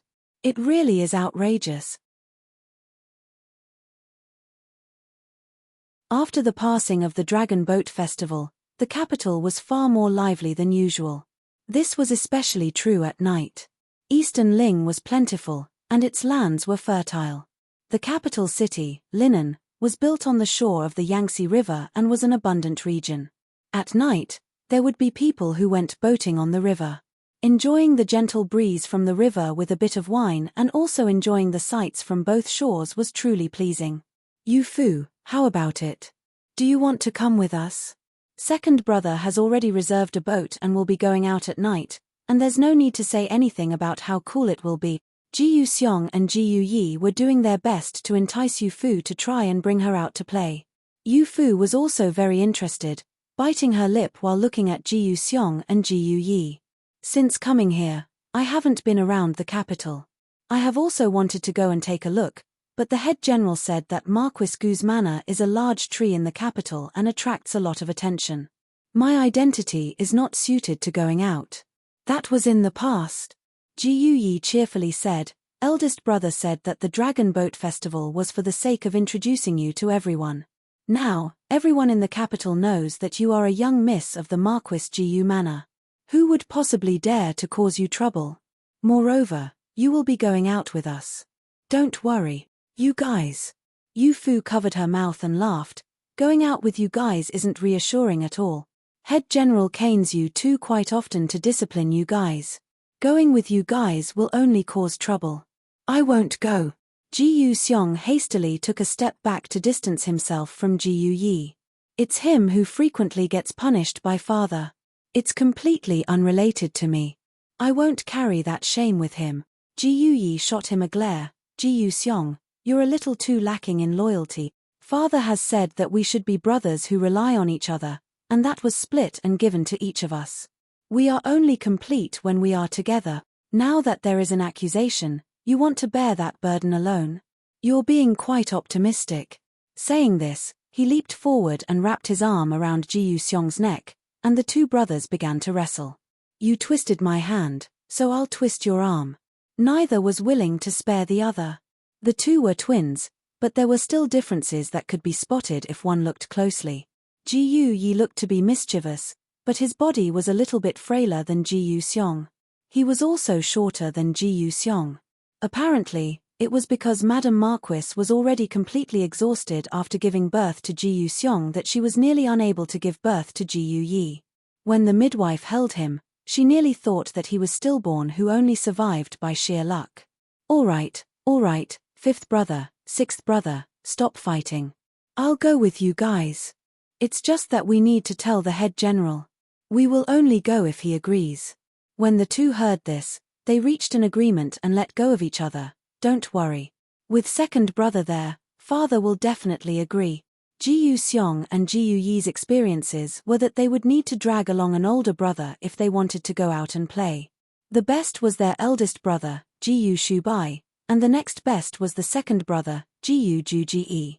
In the past 2 years, their third brother, Ji Yu Hanmo, and fourth brother, Ji Yu Wenqing, had also grown up, thus Ji Yu Huijiang did not feel uneasy about letting them go out. Ji Yu-seong and Ji Yu-yi were the only ones that he still worried about. Yu-fu thought about the sights of linen at night and was filled with expectation. On this night, Ji Yu-huijiang and Ji Yu-shubai had gone to visit the army. When night arrived, Yu-fu finished eating dinner, then went to wait at the entrance for Ji Yu-juji with Ji Yu-seong and Ji Yu-yi. However, she found that there was a magnificent carriage waiting outside. In the nightlight, it was a magnificent sight. The outside of the carriage was scarlet and was inlaid at the top with a crown of red gems. At the four corners of the carriage, there were bronze horses and tassels hanging down. The brilliant carriage door was opened to reveal the rosin-colored inside of the carriage. The silk curtains gently swayed. It was clear that this carriage was made for a girl to use. Ji Yu-seong and Ji Yu-yi could not help but feel surprised. Is this our Manner's carriage? Marquis Gu's manor was filled with males who trained in martial arts. Whenever anyone went out, they would always ride horses. It was very rare that they would ride in a carriage. Upon seeing this magnificent carriage, they knew that this had been specifically prepared for none other than Yu-fu. Just as the driver was about to respond, they suddenly saw someone slowly riding over from behind them on a claret horse. I specifically ordered to have it prepared for Yu-fu. Yu-fu, do you like the look of it? Yu-fu turned around and looked. To her side, Yarolan was looking at the carriage with stars in her eyes. She looked to be itching to climb in. She obediently replied, I like it. Thank you, second brother. Everyone said that Ji Yu-juji knew how to make a girl happy. Sure enough, this was the truth. Whether it was the color scheme, the materials, the carvings, or the inlaid gems, all of them were very well coordinated with a girl's beauty. It truly was something that could only be liked. But Yu-fu felt that it was still missing something. What exactly was it? She herself could not say for certain what it was. It's fine as long as you like it. Go ahead and climb in the carriage. We will be setting out shortly. Yarolan helped Yu-fu into the carriage. Ji Yu-yi actually climbed in behind her but was pulled back out by Ji Yu-seong. Have you forgotten that father caned us after we let Yu-fu sleep over with us? Men and women must not touch. This was something that Ji Yu-yi still could not remember. Can we not even ride in the same carriage? Just where do all of these annoying rules come from? Ji Yu-yi mumbled to himself, but he was still afraid of being punished by Ji Yu-huijiang, thus he obediently followed Ji Yu-seong and climbed onto a horse. During the trip from the manor to the river, Yu-fu looked out of the window at the various sights in excitement. She was especially interested in the street markets. Ji Yu-juji rode next to the carriage. Seeing Yu-fu's eyes light up upon seeing sugar-coated haws being sold, he stopped his horse and bought a couple skewers. Naturally, one was given to Yu-fu, and the other was given to Yarolan. He could tell that Yu-fu treated Yarolan like a sister. The two had grown up together, and they were extremely close. Yarolan saw that she would also be receiving a portion and was extremely happy, receiving the sugar-coated haws. Thank you, second young sir. Saying this, she held the two skewers and compared them. She then handed the slightly larger one to Yu-fu. Yu-fu happily received it and gently bit down.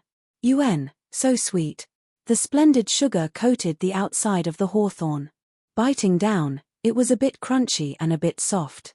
The crunchiness came from the layer of sugar, and the softness was from the hawthorn.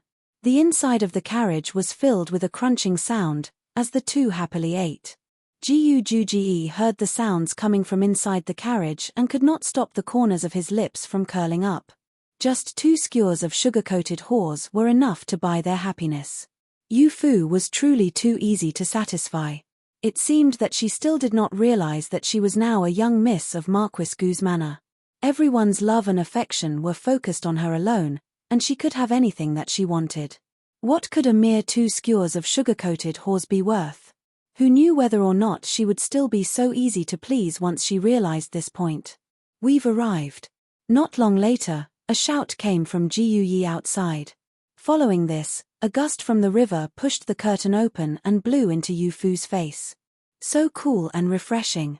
She hastily climbed out of the carriage, where she was met with the sight of the vast river and the sound of the great waves.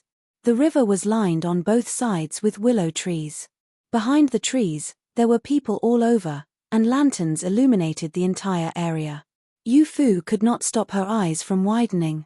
The books said that Eastern Ling's capital city of Linen is a beautiful city with hundreds of thousands of families. Seeing it now, it really is not an exaggeration. Ji Yuxiong looked at her curiously. Yu Fu, I never thought that you had ever read any books at your young age. Yu Fu stuck out her tongue and used her fingers to indicate a small amount. Just a bit.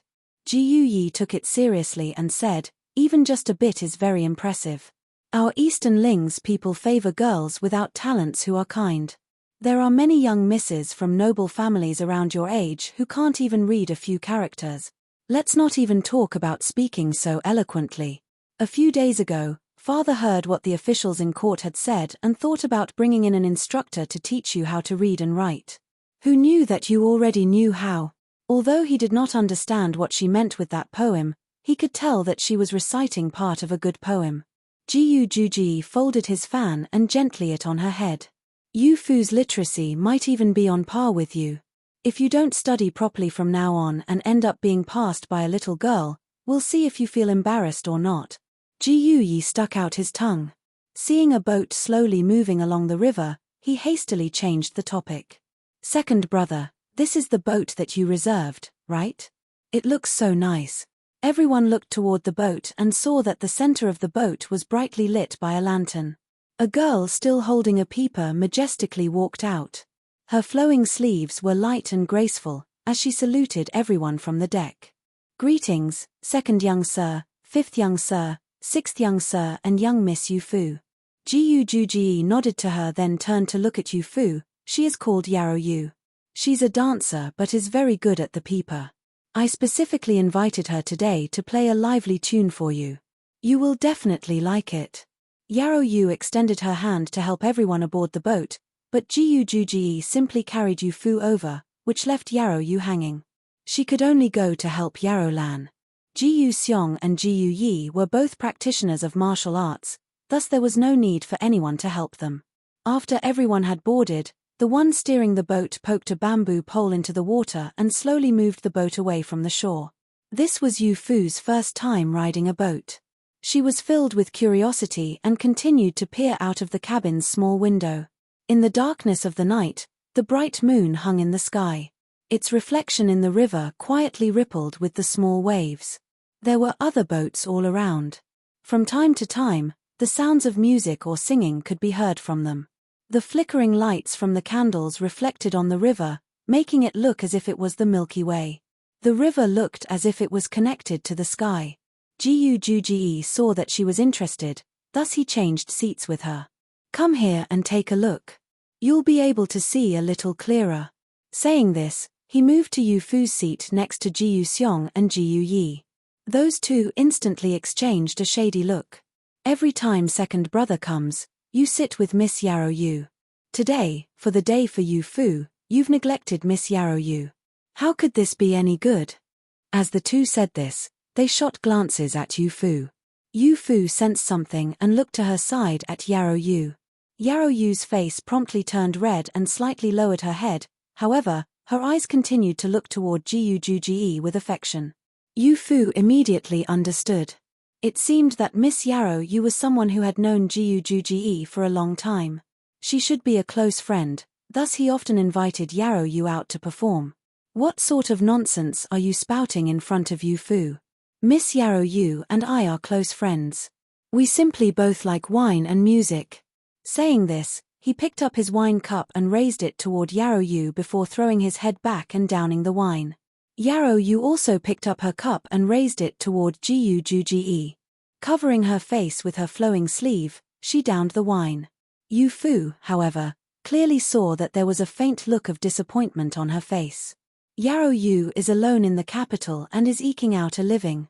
If it was not for the second young sir's help, who knows just how badly I would have been bullied by some noble or influential family. Everyone knows that Yarrow Yu is one of second young sir's people, thus they do not dare come and cause trouble. In Yarrow Yu's heart, I only view myself as the young sir's servant. That's all. As she said this, she picked up her peeper and stood up. Today was my first time meeting young Miss Yu Fu, Yet Yarrow Yu did not make considerations to prepare a gift. If young Miss does not dislike the idea, would young Miss please pick a song?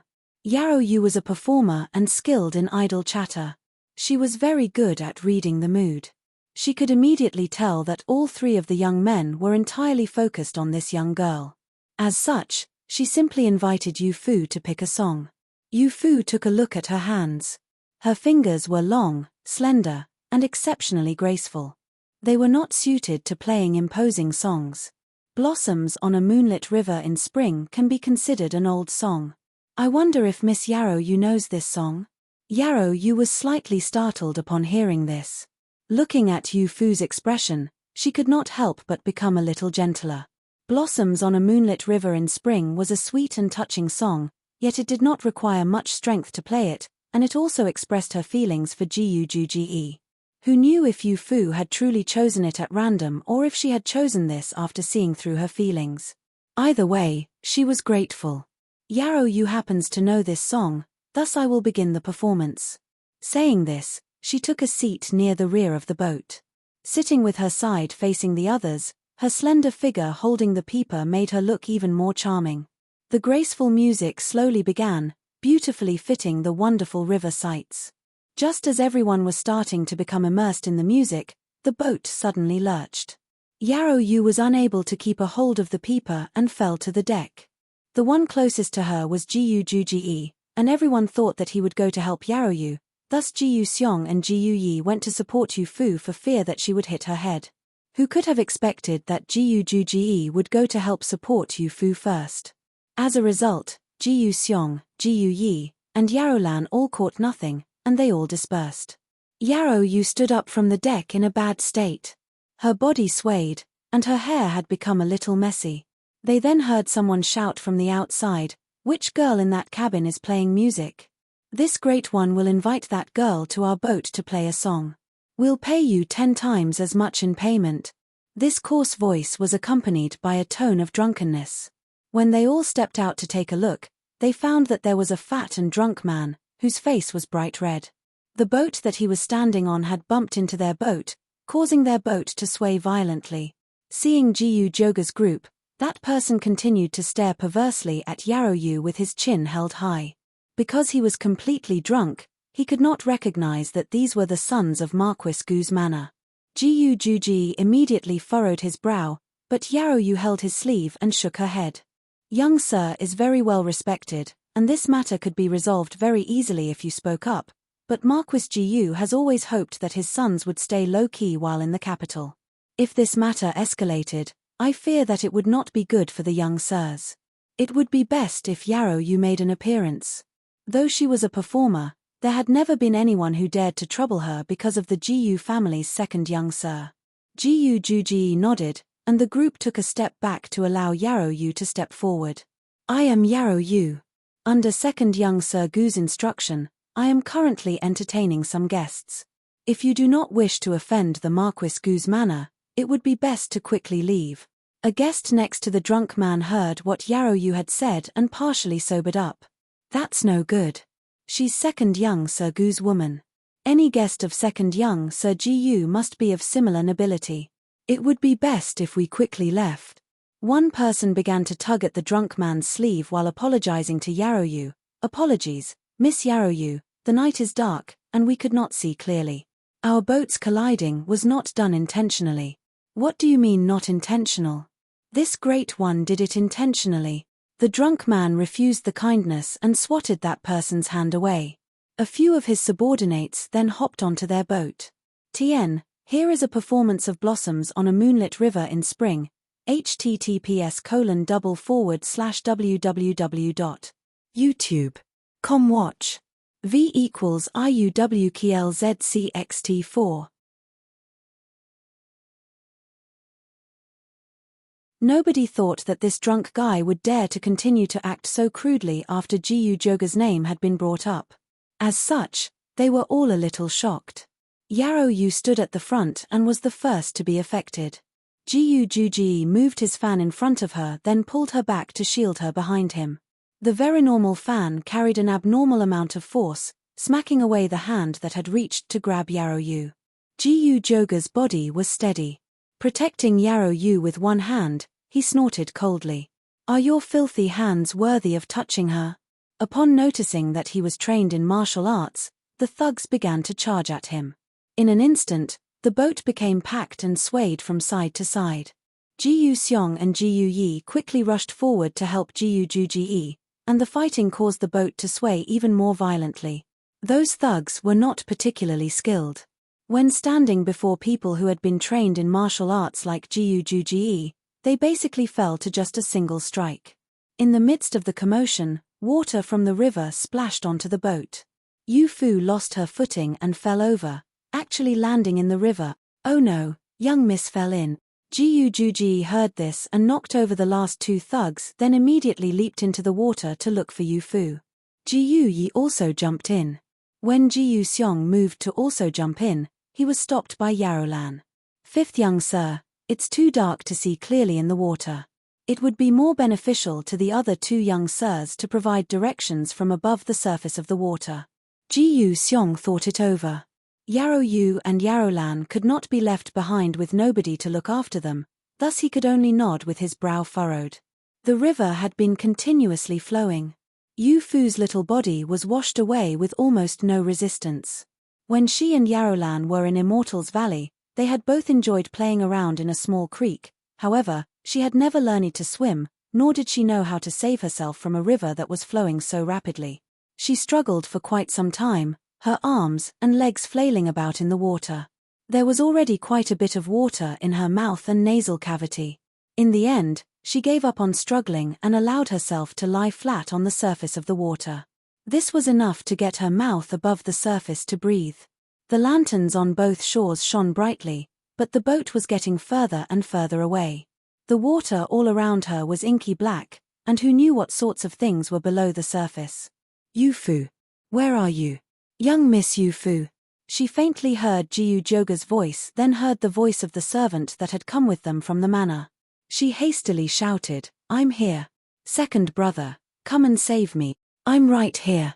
Her voice was stifled by the river and the wind, and it could not be heard clearly. Jiyu Juji began to swim in the direction that the faint voice had come from and noticed that he did not seem to be the only one heading in Yu Fu's direction. There were at least 5 to 6 people.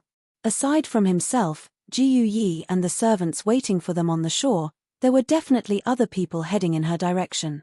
His expression instantly turned ugly, as he felt that there was something off about tonight's situation. Yu Fu might be in danger. Yu Fu, where are you? Yu Fu, who had been swept away by the river, suddenly saw a small vortex in the water. It was caused by a large rock protruding out of the water. She hastily grabbed onto the rock and rested her chin atop it, barely managing to stabilize herself. Even though the 5th month had already begun, she still felt cold from being in the river for such a long time, and a cold sweat covered her forehead. Second brother, I'm here. The water had entered her eyes, and she did not dare to wipe it out with her hands. Through her blurred vision, she could only see the water rise and fall around her. She could not tell whether it was a large fish or someone who had come to save her. A dark figure rushed straight toward her. Growing closer and closer, Yu Fu could not stop herself from shouting. Second brother, is that you? That dark figure, however, did not respond.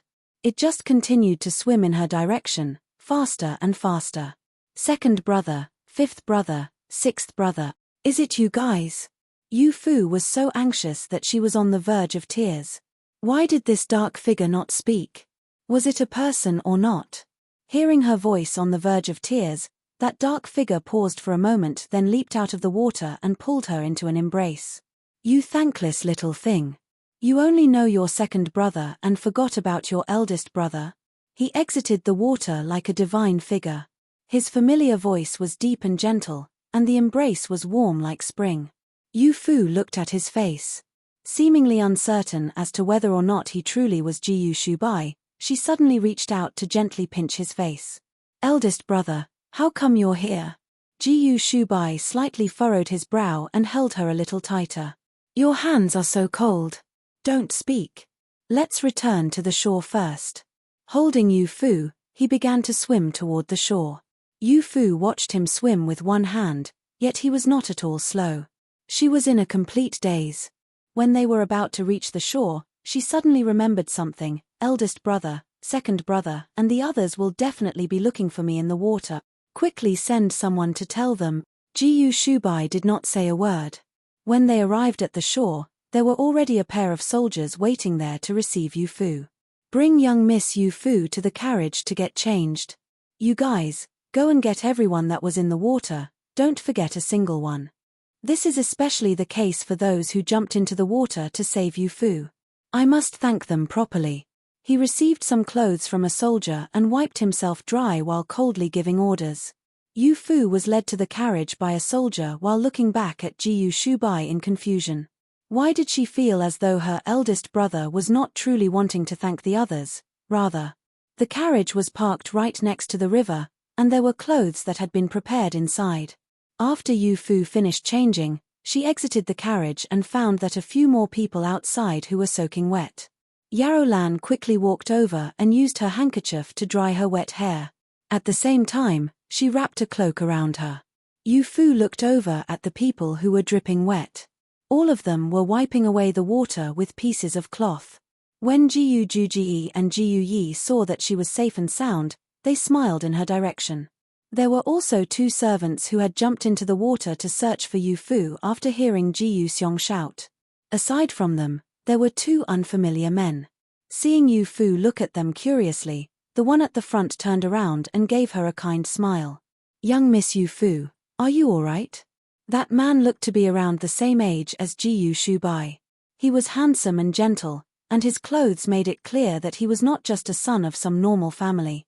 Yu Fu felt that he looked a little familiar.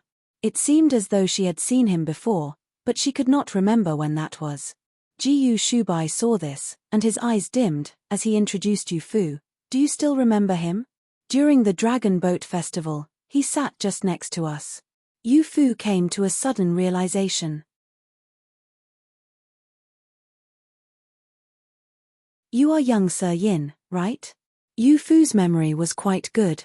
During the Dragon Boat Festival, she had not spoken with Yin Shuo, yet she could remember his appearance. Yin Shuo could not help but look upon her a little more favorably and cupped his hands. Young Miss Yu Fu has a good memory. I consider myself quite fortunate that the young miss has remembered me so easily.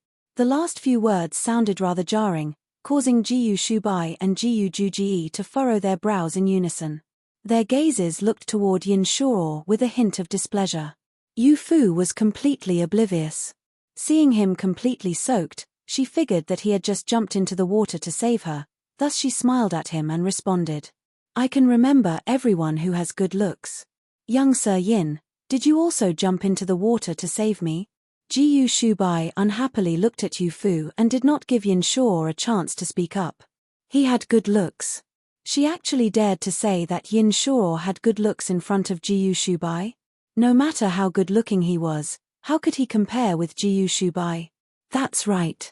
I also really want to know why young Sir Yin would be here. Also, why jump into the water to save Yu Fu? Jiyu Shubai narrowed his bright eyes, and his usually gentle tone became strict, bringing out the might of the Jiyu family's military background. Yin Shuo shuddered quite a bit. After thinking for a brief moment, he replied with a smile, the days are getting hot. The scenery around the river is nice, and the breeze is cool, thus I brought my family servants out to sail around. Who knew that we would hear someone shout that young Miss Yu Fu had fallen into the water? As a result, I jumped into the water with my servants on the chance that we might be able to help young Miss Yu Fu. Since young Miss Yu Fu is fine, that is the best outcome. Jiyu Shubai just looked at him quietly. The majestic aura surrounding him made it hard for people to breathe. Yin Shuo, however, was not a normal person. Facing off against this majestic aura, he stood there without a single change in his expression. The two sides faced off, and even the atmosphere fell silent. Yu Fu did not dare make a single sound, however, her nose began to itch. Unable to hold back, she let out a loud sneeze. Achoo! The dead atmosphere was instantly blown away by the sound of her sneeze. Jiyu Shubai glanced in her direction, his eyes filled with love and a feeling of helplessness. If that's the case, many thanks for young Sir Yin's kindness. Yu Fu must be getting cold from falling into the water. I will be bringing her back first to get some treatment. Farewell. Young Miss Yu Fu's health is most important. Please take care.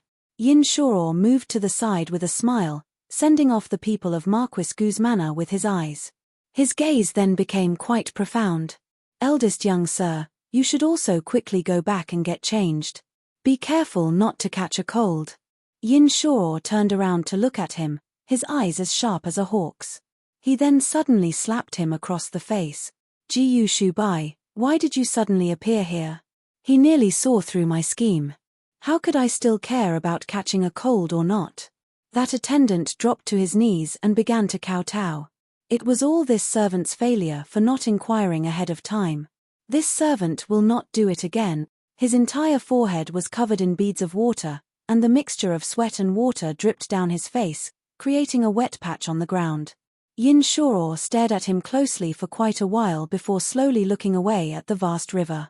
If there comes a second time, just jump into the river and don't come back. On the road back to the manor, Jiyu Shubai rode at the front with his 3 younger brothers riding along behind him and Yu Fu's carriage behind them. Jiyu Xiong and Jiyu Yi dejectedly hung their heads. Tonight, when Jiyu Shubai fought with those people, they should have stayed in the back and protected Yu Fu. It was all because they had acted violently and fought fiercely with those thugs that Yu Fu fell into the water. Jiyu Juji pressed his horse forward a few steps to ride beside Jiyu Shubai. Eldest brother, do you believe what Yin Shuo said? Jiyu Shubai was a bit shocked, turning his head slightly to look at him. What do you know? Tonight, we ran into a drunkard.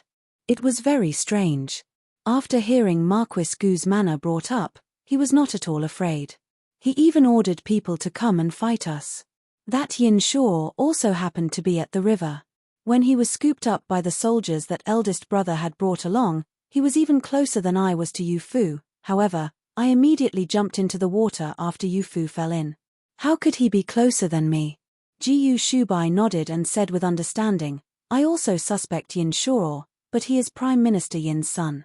The relations between generals and officials is quite strained in Eastern Ling. Without proper evidence, I cannot do anything about him. I can only order to have that drunkard's group rounded up and interrogated. Yin Shuo has always been good at winning people over. He's eloquent and has a clever way with words. Even if we continued to argue with him, there would be no results. On the contrary, it would have caused trouble for Yu Fu's health. Speaking of, it's fortunate that eldest brother appeared in such a timely fashion, otherwise, we Jiyu Juji, as the older brother, had brought out his younger brothers and sister. For this sort of thing to have happened, he would be bearing the responsibility. Jiyu Shubai did not console him. He needed to be allowed to know what responsibility meant. Only like that would he feel at ease with letting him go out with their younger brothers. Father and I finished taking care of things in the army early. We returned to the manor but heard that you had gone out. Father did not even let me go inside before ordering me to bring people along to find you. I trust that you know who it is that father is unwilling to forsake. He looked at Jiyu Juji in a tight-lipped manner, and Jiyu Juji shrank his neck in. He felt as though he had returned to when he was around 15 or 16 and dreaded making a mistake for fear of being caned by his father. Thinking of this, he could not help but look back at Jiyu Xiong and Jiyu Yi. Those two were currently whispering to each other. It seemed that they were talking about how they should explain things to their father. Father punishing me is something that should be done, and it's fortunate that Yu Fu is fine. Father won't punish me too severely. Fine. Jiyu Shubai raised his voice, as he was very displeased with Jiyu Joga's casual attitude. She was so cold that her entire body was shaking. Her little face was pale, and she even sneezed. Did you not hear that? She must have caught a cold. When I saved her, she was holding onto a rock in the water, and her chin was red from bumping against it. Who knows if any other part of her body is hurt? Will there be any scars left behind? The maidservants must inspect it carefully once we get back. You actually said that she's fine? Jiyu Juji was stunned from what he had said, then looked at him suspiciously.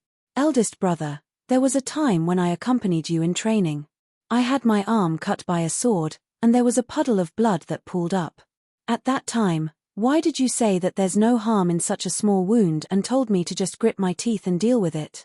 Now, when Yu Fu fell into the water and got a bit cold, why are you so nervous? Oh, did such a thing happen? Jiyu Shubai was originally looking forward. Hearing these words, he turned his head and looked at Jiyu Juji while feigning shock. There's nothing that can be done about that. What can be done about our Marquis Guzmana raising sons strictly while doting on daughters?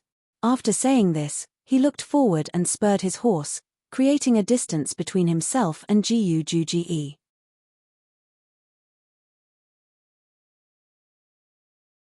After returning to Marquis Gu's manor, Jiyu Huijiang sat in the candlelit main hall. His dignified appearance was shrouded in darkness. Before the group entered the hall, they suddenly became quite hesitant. This was especially true of Jiyu Xiong and Jiyu Yi, as intuition told them that they would not be able to avoid a caning. There would be at least 20 strikes. Qian stood to the side and watched the group get closer. He also saw Jiyu Huijiang with his stony expression. The atmosphere inside the hall was ominous like a storm on the horizon. The entire building was shrouded in a cold wind. It seemed that today's affairs would not be resolved so easily. He would need to have people prepare some medicine to prevent the young sirs from suffering any lasting effects from being beaten. Greetings, Father. Everyone stepped forward to perform their greetings. Only after seeing that Yu Fu was in one piece, Jiyu Huijiang was finally able to let out a slight sigh of relief. Looking at his 3 sons who looked like drenched rats, he shot a glance in Jiyu Shubai's direction, and the latter pulled Yu Fu to sit to the side while ordering for people to pour some hot tea. Jiyu Juji was at the front, while Jiyu Xiong and Jiyu Yi shrank behind him. The 3 stood in the center of the hall and endured Jiyu Huijiang's gaze. The air was filled with a feeling of dread. After a long period of time, Jiyu Huijiang finally picked up his cup of tea. This was a sign that he was about to speak. Where did you go? Father, we secretly went out to play without telling you or eldest brother. As a result, our boat was rammed by a drunk man. That drunk guy also sent fighters to assault us. Second brother began fighting with them, and we also went to help. Who knew that the boat would start swaying so violently and Yu Fu would fall into the water? Jiyu Xiong's words flowed out smoothly and quickly. After finishing his recount, he took a deep breath. He was not truly that foolish. To wait for Jiyu Huijiang to ask one question at a time, that would just make Jiyu Huijiang more and more furious. On the way back, he and Jiyu Yi had discussed this matter. In the end, they agreed that the fine tradition of taking care of the younger brother would see him speak. After hearing him speak, Jiyu Yi also let out a sigh of relief. Jiyu Juji took a step forward. Father, today's matter was all Sun's fault. It was I who failed to take care of Yu Fu that caused her to fall into the water. 5th brother and 6th brother are both young. I will take responsibility for this.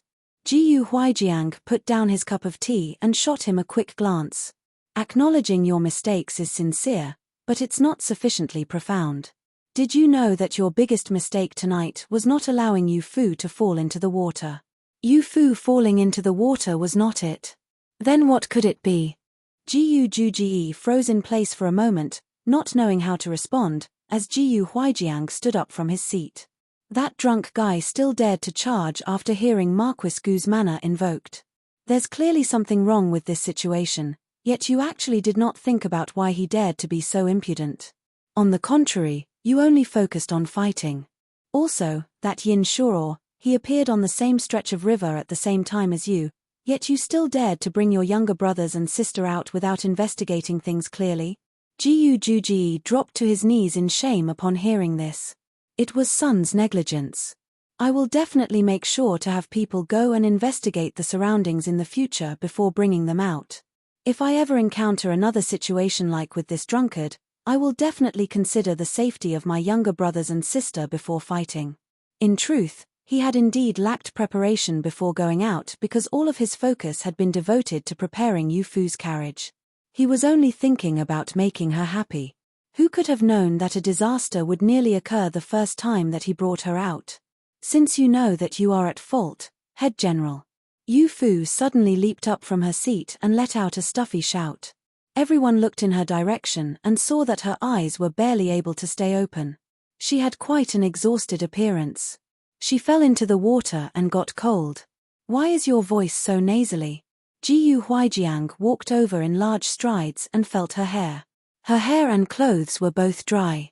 She must have already been dried off and changed clothes after being saved.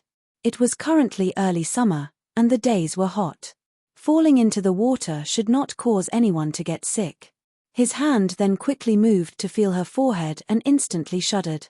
Yu Fu was still in a daze, and her eyelids seemed to be fighting to stay open. Her little body even began to sway without her noticing. Head General, I'm really tired. I want to go back to my room and rest. You have a fever. Jiyu Huijiang immediately looked toward Qian. Quickly send someone to bring an imperial physician. You must go quickly. Jiyu Shubai immediately stepped forward and picked Yu Fu up. Father, I will send her back to the western wing first to let Auntie Li take a look at her body. Like that, it will be more convenient for when the imperial physician arrives. Go quickly. Jiyu Juji watched him leave with Yu Fu in his arms. She was covered with Jiyu Shubai's cloak, which was almost dragging along the ground. Everyone followed along and headed toward the western wing. Only he alone remained stunned in place, thinking back to how Yu Fu had stayed to the side while enduring the discomfort. Was she waiting for his father to hand down a punishment to speak up? Little Yu Fu, it's good enough if you take care of yourself. Who told you to plead for my sake? He muttered to himself for a bit, then quickly ran out of the main hall to chase the others. In the western wing, Yu Fu lay in bed in a complete daze. The light blue veil covered part of her little face. Her eyes were closed, but she continued to mutter something. Who knew what she was trying to say? The imperial physician has arrived. Qi Ju had brought in an imperial physician. It was an old man with a grey beard. Seeing that Jiyu Huijiang and everyone else from the Marquis Jiyu manor present, he was given a shock. This lowly official greets Lord Marquis. Greets. All right, there's no need for imperial physician's son to be so courteous. Go and take a look at Yu Fu first. Jiyu Huijiang gestured toward the inner room, and imperial physician's son quickly picked up his medicine kit and walked inside. There, he saw a little girl laying in bed with a slightly pale face. He placed a hand on her wrist while inquiring about Yu Fu's situation. She just fell into the river and might have caught a cold. It's also possible that something else happened. Imperial physician's son, please get to the bottom of this. Please be at ease. This lowly official would not dare to be negligent. Imperial physician's son truly was worthy of being distinguished amongst the imperial physicians. He was very experienced in medicine and very quickly let go of her hand. It's not serious. The young miss did indeed catch a cold from falling into the water, and it is the cold that caused her body to become feverish. This lowly official will prescribe some medicines for the young miss to take every day. Jiyu Huijiang slightly furrowed his brow upon hearing this, causing imperial physician's son to lower his head in fear. Are you sure that it is just a cold? On such a hot day, how could falling into the water for just a while cause a cold? Imperial physician's son, you aren't deceiving this Marquis, right? His tone was filled with a murderous intent that dropped imperial physician's son to his knees. Lord Marquis, have mercy. Lord Marquis, have mercy. Please listen to this lowly official's explanation. Imperial physician's son was a frequent visitor to Marquis Gu's manor. Whenever any of the members of the manor had any ailments, he would come to treat them. As a result, he had some understanding of Jiyu Huijiang's thought process, and he endured to give an explanation. Lord Marquis might not know, as your 6 children are all sons, and they have all been training in martial arts from a young age, thus you do not understand a girl's physique. Girls are more fragile. Moreover, this young miss was pampered while growing up. How could she possibly endure the cold? If Lord Marquis does not believe it, just ask the girls in the room. This lowly official does not dare spout any lies.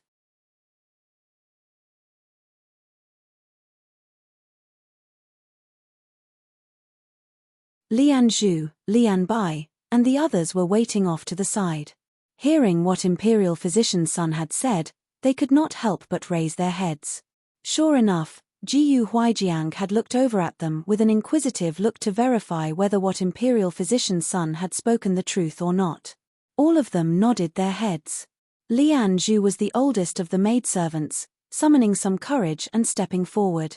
Replying to Lord Marquis, what imperial physician's son said was true. We servants all grew up working, but there will be times when we will get sick just from coming into contact with a bit of cold water. Moreover, young Miss fully fell into the river. Just how cold must that be? Though Aunt Li was no longer a young girl, seeing Jiyu Huijiang look at her, she also nodded. Girls and boys truly were different. Moreover, the boys of other families were also not like Jiyu Shubai and the others, who only got sick a few times in their lives. Only now did Jiyu Huijiang feel certain, and his expression became awkward. He did not have a daughter, and the manor had not had any female family members in roughly 10 years. He indeed had no concept of how fragile a girl's body could be. It was this Marquis who wrongly blamed imperial physician's son. Please rise. While he spoke, Qiju stepped forward and helped imperial physician up. The latter let out a sigh of relief and wiped away some sweat from his brow. What sort of thing is Lord Marquis saying? It was this lowly official who did not explain it clearly. Lord Marquis was worried out of love, and that is fully understandable. This lowly official will immediately write a prescription for the young miss. Saying this, he walked over to a nearby table. Lian Bai hastily walked over, laying out a piece of paper and preparing some ink. Jiyu Yi was the youngest and could not stop himself from secretly smiling with his head down, as his shoulders shrugged. As far back as he could remember, he had never seen Jiyu Huijiang mistakenly blame someone and apologize to them. In the minds of the brothers, their father was either God or a deity. He had never made a mistake, thus it was quite entertaining to see him make this mistake. Seeing him smile, the other brothers were unable to hold back. Even Jiyu Hanmo, who was usually the most stoic, slightly curled up the corners of his lips. Jiyu Huijiang turned around and looked around, and everyone quickly shut their mouths. Lord Marquis, please allow this lowly official to say one more thing. Imperial physician's son, please speak. Jiyu Huijiang quietly engaged in some introspection. When it came to raising a daughter, there were many things that he did not understand. Hearing that imperial physician's son wanted to say something, he was naturally quite welcoming. Girls are different from boys, and they are especially weak against the cold. If the cold takes root, in milder cases, their hands and feet will feel cold, and they will feel weak and sick. In more severe cases, it will be far more dangerous when it comes time to give birth. Jiyu Huijiang took note of everything, then asked, "What medicine is imperial physician's son prescribing for Yu Fu?" Just as imperial physician's son was about to speak, he suddenly heard Yu Fu speak in a muffled and weak voice. Perilla leaves, schizonepita, mint, skullcap root, platycodon and sugar. The last item was said particularly clearly. After saying this, she puckered her little lips, then continued to sleep. The room was silent, as everyone looked toward Yu Fu in surprise. As for Yu Fu, she was completely oblivious while in the middle of a beautiful dream. "Yarolan, what did your master say?" Jiyu Yi asked Yarolan, who was standing next to the bed. He had been able to hear it clearly, but he just found it unbelievable, thus he asked Yarolan. Yarolan looked over at the table, then stepped forward and bowed. "Lord Marquis, young miss just read out a prescription. If imperial physician's son feels that it is all right, can the prescription be as young miss prescribed?" Imperial physician's son's hand trembled, and a dot of ink appeared on the paper. He had been practicing medicine for a few decades, and this was the first time that he had ever seen a patient prescribe something for themselves. Was this not just making fun of him? The young miss, imperial physician's son, suddenly stood up. Before he could say anything about being bullied, he saw the father and sons of Marquis Gu's manor look at him. He then shakily sat back down. "The prescription that the young miss said, could you please repeat it? I will write it down and think about it." Yarolan's time following Yu Fu from a young age had not been a waste. They listened to her recite the list of medicines, then walked over to the table to take a look at the prescription written by imperial physician's son. After a long period of time, it was as if he had some sort of divine realization. His eyes, which were dim from old age, suddenly lit up. Wonderful. Wonderful. Now, nobody could stop Imperial Physician Sun from standing up. Not only did he stand up, but he even circled the room a few times. Holding the prescription aloft, it was as though he was holding up a piece of gold. Wonderful. Such a good prescription, how could I have never thought of it? Wonderful, it's truly too wonderful. Just use this prescription to fetch the medicine, quickly. Imperial Physician Sun repeated the word wonderful at least another 20 times. Turning around, he finally noticed that everyone was looking at him as if he was some sort of idiot. He could not contain his joy and quickly performed a grand salute to Jiyu Huijiang and the others. Lord Marquis, please excuse me. It's just that this lowly official has never seen such a good prescription in my many decades of practicing medicine. Though the medicines in this prescription are simple, the effects are the best, and there isn't the slightest bit of conflict between them. The most important part is that it's especially suited to being taken by children. It doesn't have any negative side effect. Was it really as divine as Imperial Physician Sun made it sound? Everyone passed the prescription around to look it over, but none of them could understand what made it so brilliant. Only Jiyu Huijiang remained calm. Yu Fu was able to resolve the Kunlun poison. Just how great could a prescription for a measly little cold be? Lord Marquis, this lowly official has a presumptuous request and hope that Lord Marquis will accept it. Would it be fine to ask young Miss Yu Fu about where this prescription came from after she wakes up and who discovered it?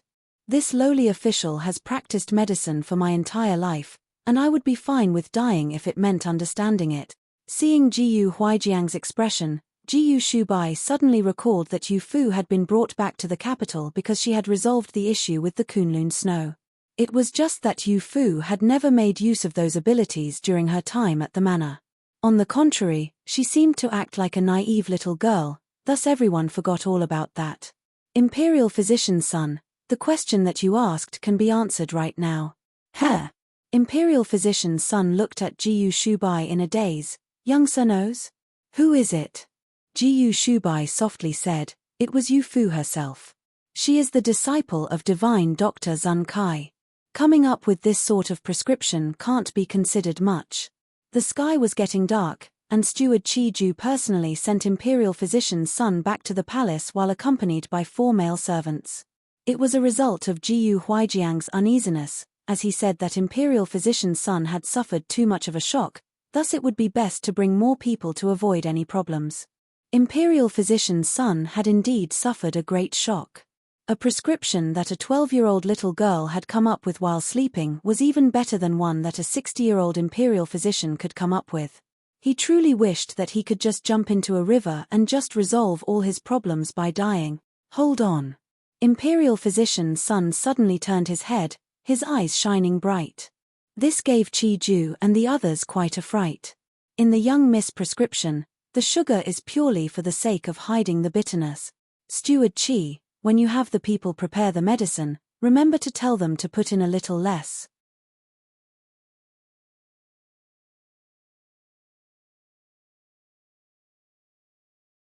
Young miss, it's time to take your medicine.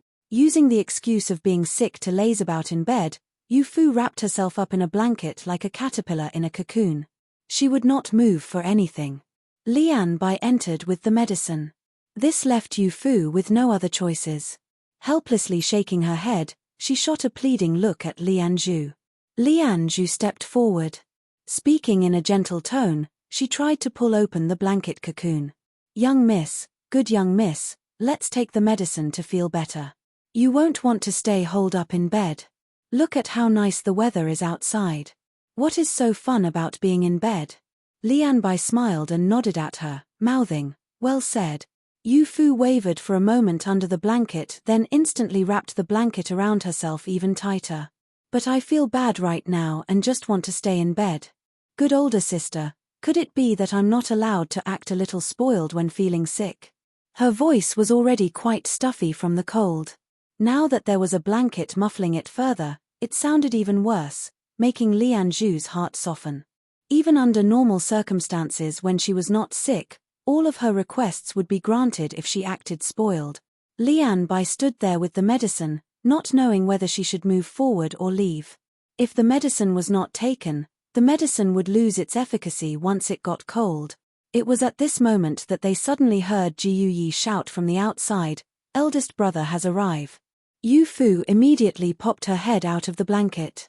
On her pale little face, her large eyes were filled with horror. Why did eldest brother come so early? I still haven't brushed my hair or gotten change. She anxiously rubbed her head. Sister Lianzhu, quickly brush my hair. If I am seen like this by eldest brother, he will laugh at me.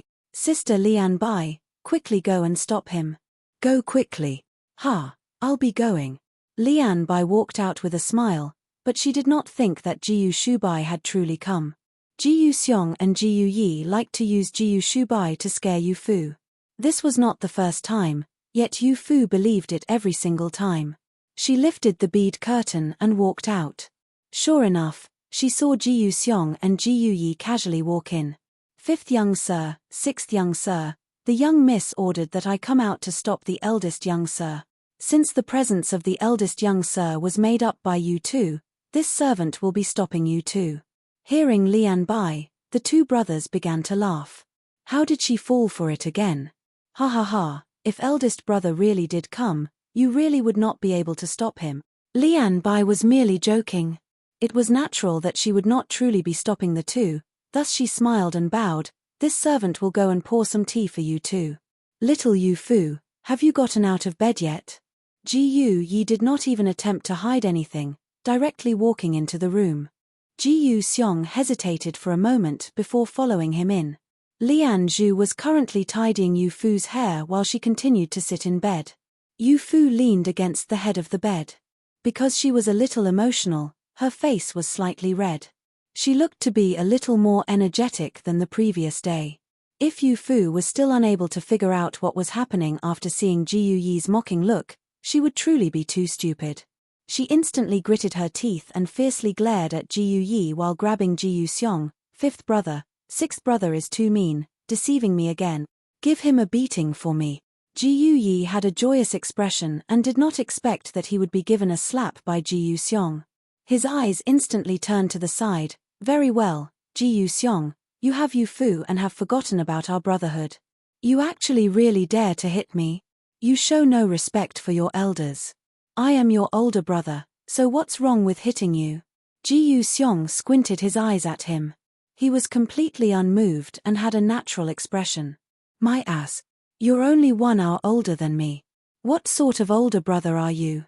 Who knows, maybe they made a mistake after we were born, and father was unable to tell the difference.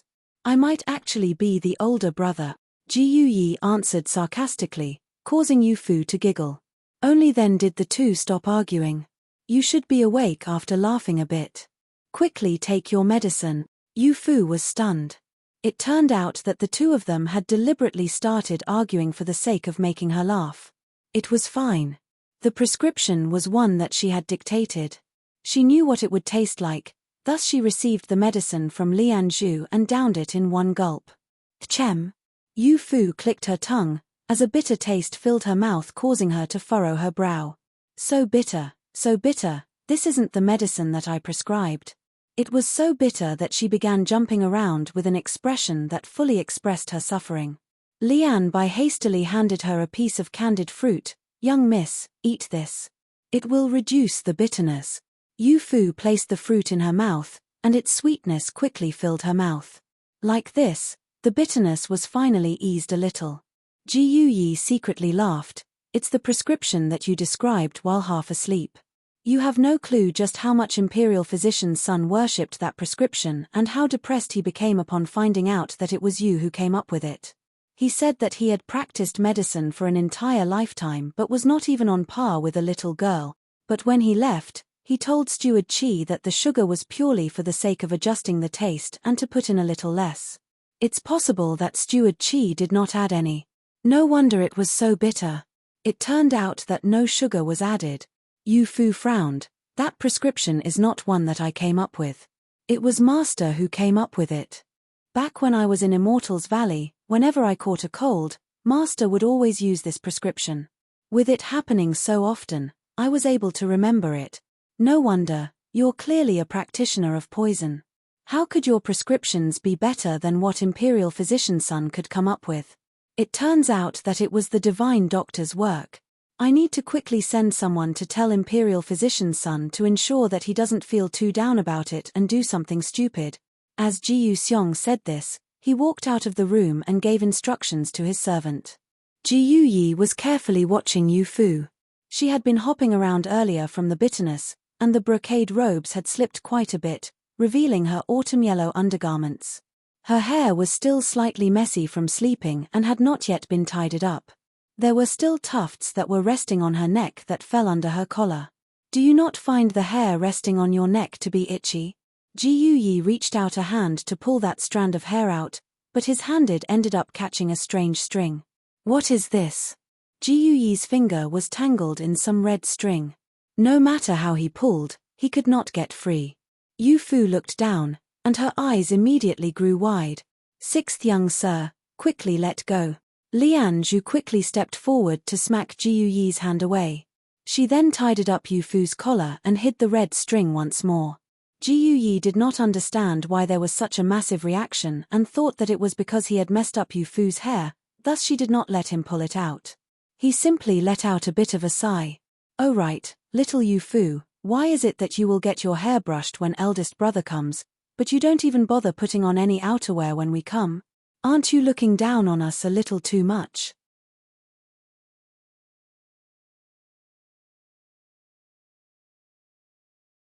Ji Yuxiong re-entered the room and saw Yu Fu's slightly red face with Lian Zhu standing to the side with a vigilant look on her face. As for Ji Yuyi, that idiot was still foolishly smiling without a clue as to what was happening. What happened? Ji Yuxiong looked at Yu Fu then at Lian Zhu, however, both kept their mouths shut and did not respond. Ji Yuyi, what mistaken thing have you said this time to make the two of them this mad? She is still sick. Why have you not apologized yet? As long as Yu Fu was unhappy, Ji Yuyi had definitely done something wrong, thus Ji Yuxiong hastily pushed Ji Yuyi to apologize. I haven't said anything wrong. Ji Yuyi looked at Yu Fu in a daze then innocently at Ji Yuxiong. I asked Yu Fu why she wanted to have her hair brushed when she heard that eldest brother had come, yet she doesn't even bother getting changed when seeing us. Right, there was also a strange red string on her neck, but Lian Zhu pushed me away before I could pull it. A strange red string on her neck. Ji Yuxiong thought for a while then came to a sudden realization. You shitty brat, just shut your mouth. As he said this, he grabbed the back of Ji Yuyi's collar and dragged him out with a look of shame on his face. Yu Fu, don't worry. I will definitely tell father to cane him properly 20 times. Ah, don't. Yu Fu wanted to stop him, but Ji Yuyi had already been dragged off by Ji Yuxiong. Not even the sound of his screams could be clearly heard. Lian Zhu, Lian Bai, and the others stood to the side. Their faces were red from holding it in, but they were finally unable to endure and began to laugh. The sixth young sir really is childish. Not knowing what a doo-doo is, he actually reached out to tug at it. I fear that he doesn't even know what he did wrong even after being dragged out by the fifth young sir. Lian Zhu covered her mouth with a handkerchief.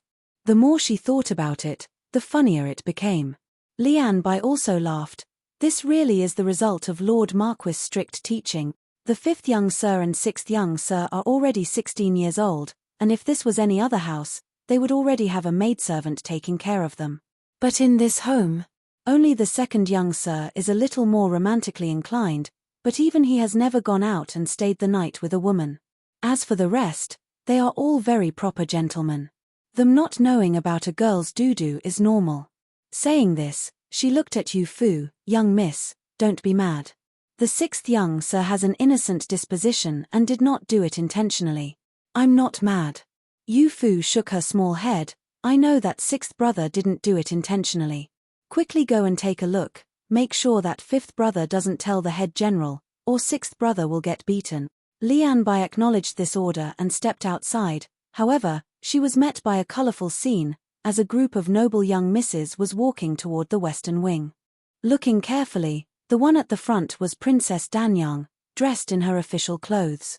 Upon seeing Lian Bai, her round and smooth face revealed a dignified smile. You are one of the people taking care of Sister Yu Fu, right? I heard that Sister Yu Fu's place in Marquis Gu's manor is the only one that has any maidservants. You must be her maidservant.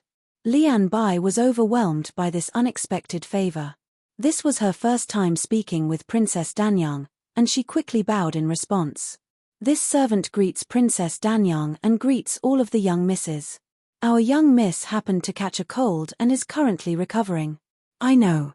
That's why I brought a few young misses to come and visit Sister Yu Fu and to help alleviate her boredom. I have just come from visiting Lord Marquis Gu, and he has already granted us permission to come and visit. Since they had already been given permission by Jiu Huijiang, Lian Bai absolutely did not dare stop them, thus she ordered the maidservants in the yard to lead Princess Danyang's group inside. It looks like you have some urgent business. Quickly go and take care of it. We can go in on our own. Princess Danyang was always dignified and kind. Seeing that Lian Bai's movements when exiting the room, she knew that Lian Bai had something to do, thus she simply had her go and take care of those matters. Lian Bai was extremely grateful. Thank you, Princess, for your consideration. This servant will be leaving first. Young Miss, Princess Danyang has come with a group of young misses. She said that she came to visit. Lian Zhu hastily entered the room to report. Yu Fu had just laid back down after drinking her medicine. Now, she wanted to get back up, but she was pushed back down by Lian Zhu. Young miss, don't move. I already told Princess Danyang to wait outside for a moment. I came inside to take care of young Miss' hair and clothes. It won't be too late to invite them in after that. Saying this, she picked up the pale yellow hairbrush and took care of brushing Yu Fu's hair while she remained in bed, styling it into something that would be worn at home. After this, she put on a goose yellow top. She was then laid back down in bed and covered in her blanket. Behind her, a few large pillows were added to prop her up. Yu Fu watched her move and handled every matter with great care. This improved her view of Lian Zhu.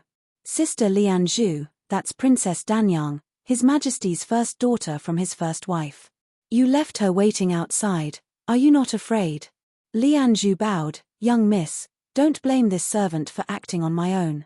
Young miss is currently sick.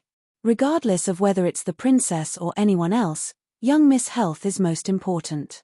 If Lord Marquis was here, this servant thinks that he would also be in agreement. Moreover, this servant left Yin Ling and Yin Shuer outside to bring them tea and pastries. Princess Danyang has always been kind and will not be unhappy over this little bit. I rather feel that Sister Lian Zhu is quite methodical, never getting flustered and acting in haste. I admire you far too much, so how could I ever blame you? Lian Zhu warmly smiled from the bottom of her heart, then turned around and went outside to fetch Princess Danyang's group. Seeing Yu Fu's little figure lying in bed, Princess Danyang felt a bit of heartache. She quickly sat down next to the bed and inquired about her condition. As for the young misses who accompanied her here, they also found seats in the room, and the atmosphere inside became quite a bit livelier. Sister Yu Fu, I heard that you fell into the water because a drunk guy picked a fight. Where could such an unruly person with such a lack of understanding have come from, and how could they dare to be so impudent? Don't worry, I heard Brother Shubai say that the drunk guy has already been captured and interrogated. I will definitely make sure to have him voice Sister Yu Fu's frustrations. Hearing Princess Danyang speak, Yu Fu could not help but be surprised. The tone of these words made it sound as if she and Jiu Shubai had become closer, while Yu Fu had become an unrelated person. Yu Fu had not yet spoken, but someone else sneered in response. Could it be that Princess Danyang has become muddled? Young Miss Yu Fu is the heir's younger sister. It's natural that he would need to get revenge for young Miss Yu Fu. What is there any need for Princess Danyang to remind him? Yu Fu had a bit of an impression of the girl who had just spoken. Wearing a set of jade green clothes, it was none other than Liu Yi, whom she had met during the Dragon Boat Festival. She had always had some complaints about Princess Danyang monopolizing Jiu Shubai, and now she was able to catch her mistake. It was natural that she would be a little abrasive. Princess Danyang's expression was sluggish and slightly embarrassed, but she quickly recovered. She turned her head slightly and replied with a fitting smile, "It momentarily slipped my mind. Seeing Sister Yu Fu in bed from being sick, I lost myself. It can't be helped. Sister Danyang had good intentions. In truth, my illness is nothing serious. I've troubled everyone with coming to visit. Yu Fu spoke up to ease the tense atmosphere. They smiled at Princess Danyang. Liu Yuyi then hurriedly said, "Young Miss Yu Fu, there's no need to be reserved. The Marquis Manor is a lofty existence. Normally, we could not come so easily even if we wanted. It's only thanks to young Miss Yu Fu that we are able to come and visit. We were even able to see the eldest and second young sir in the front." It was clear that she was very happy. When she mentioned the eldest young sir, she held her handkerchief a little tighter, and a look of joy burst forth. It turned out that they had not come to visit her. Rather, they were coming to visit her eldest brother and second brother while and merely visiting her in name only. "Right, young Miss Yu Fu, I heard that Imperial Physician's son went crazy after coming to treat your illness. He said that a 12-year-old little girl had better medical knowledge than him. What's going on with that?" Liu Yuyi became quite talkative when happy. Once these words came out, everyone looked at Yu Fu. When it came to her life experiences, outsiders would incessantly try to find out more. This included the girls who should be quiet and pure. Yu Fu bit her lip and was a bit hesitant. Princess Danyang spoke up for her. Sister Yu Fu said it before that she grew up in Immortals Valley and was the disciple of the deity of medicine. The medical abilities of the deity of medicine are unfathomable. If Yu Fu's medical abilities are said to be greater than those of Imperial Physician's son, that would definitely be possible. Isn't that status as the disciple of the deity of medicine just something that Lord Marquis is using to deceive people? Could it be that young Miss Yu Fu, the blood of Lord Marquis, actually went to endure the hardship of studying medicine? As if seemingly making a decision of great importance, Yu Fu raised her head and forced a smile at Liu Yuyi. "Sister Liu, you've misunderstood. I'm actually not the head general's daughter."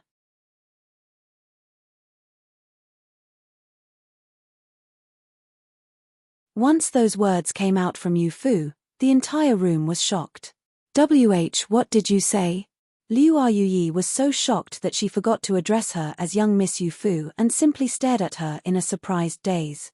Everyone in the room was very shocked, and even the usually dignified Princess Danyang looked at Yu Fu with her brows slightly furrowed. Yu Fu's expression did not change. Her slightly pale face had a smile that was exceedingly adorable. "I said that you have all misunderstood. I am not the daughter of the head general. I am just a child that he kindly brought back to the capital to take care of. That's Yu Fu. Learning medicine has nothing to do with the head general. He has always stayed on the path of morality and does not have any mistress or illegitimate daughters."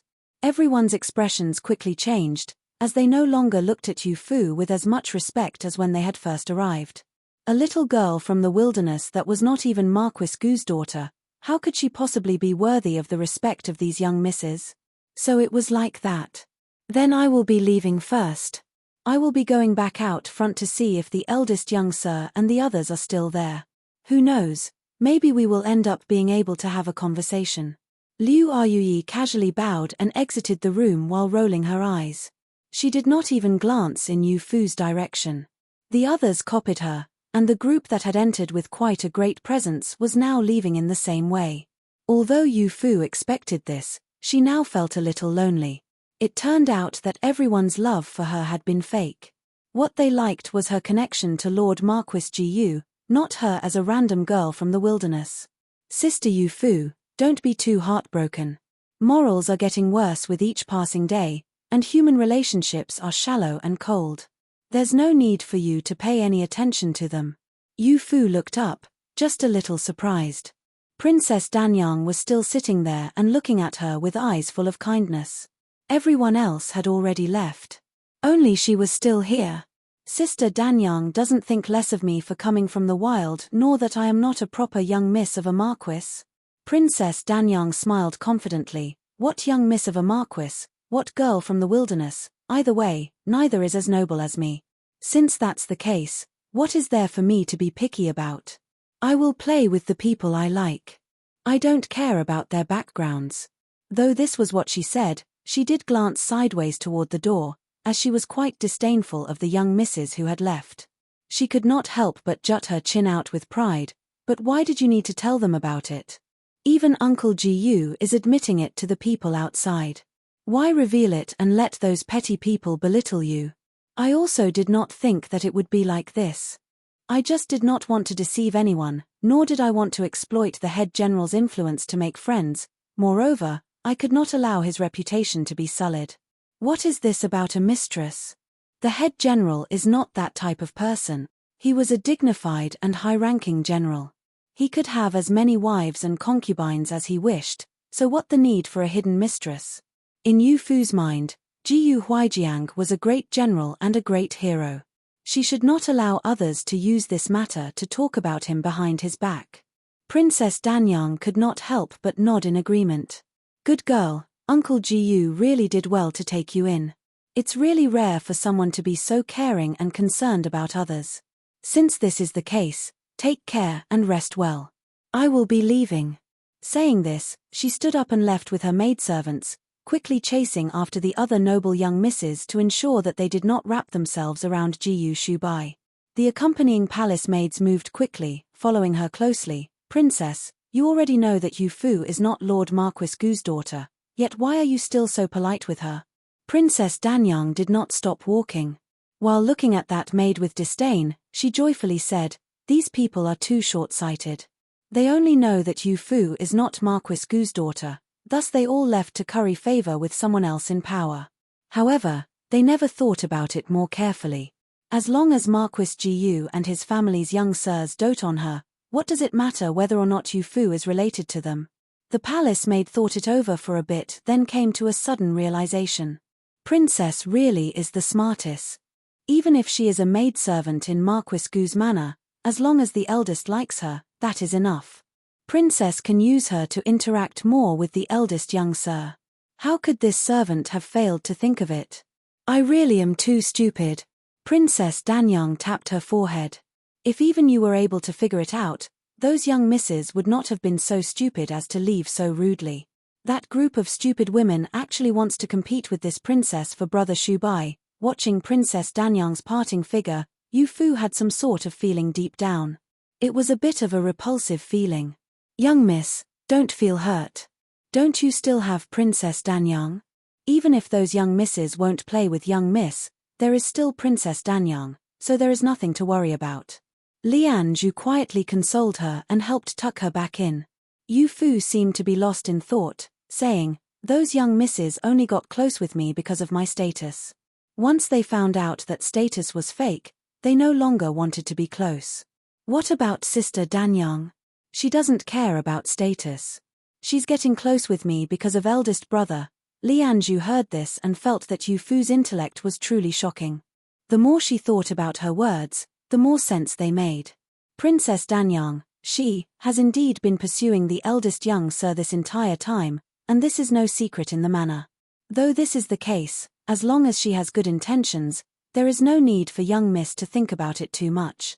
You still have not recovered from your illness, so take care to recover first. Saying this, she retreated from the room, leaving Yarolan alone to take care of Yu Fu. Yarolan took a look outside. Seeing that there was nobody in the outer room, she instantly revealed a look of indignation. It really makes me so mad. Are all of the girls in Eastern Ling so petty and short-sighted? Immediately after hearing that young miss is not related to Marquis Jiyu by blood, they turn around and refuse to acknowledge you. You really are despicable. How could they possibly know that our young miss' true identity? Yu Fu instantly covered her mouth, no longer allowing her to continue. How many times have I said it, yet you still aren't able to remember? You aren't allowed to bring this up ever again. I don't want to cause any trouble for Marquis Gu's manor. Yarolan grimaced. That's fine. Young miss just doesn't need to get along with them in the future. That's all. The young sirs are better. They all treat young miss very well. 5th young sir and 6th young sir came first thing in the morning. Thinking about it, the other young sirs will also be coming in a while, right? Then I will get some sleep first. Just wake me up when they come. As she said this, she lay back down under the blanket and went back to sleep without even getting changed. Yarolan silently sighed. Walking outside, she found that Lian Zhu and the others were waiting outside. Lian Bai had also returned. "How is the young miss?" Yarolan shook her head with a bitter look on her face. "Young miss has been by my side since childhood, and I have never seen anyone who disliked young miss. Those people acting like that towards the young miss is something that I am seeing for the first time. I am feeling quite dejected. Let's not go in for now and let her handle this heartache alone. The young miss did nothing wrong and was always courteous with them. With those young misses suddenly changing their attitudes, it's inevitable that she will feel hurt. Since Yarolan has already said this, we won't go in." With Lian Zhu also saying this, everyone was about to disperse when they suddenly heard the sound of footsteps coming from the outside.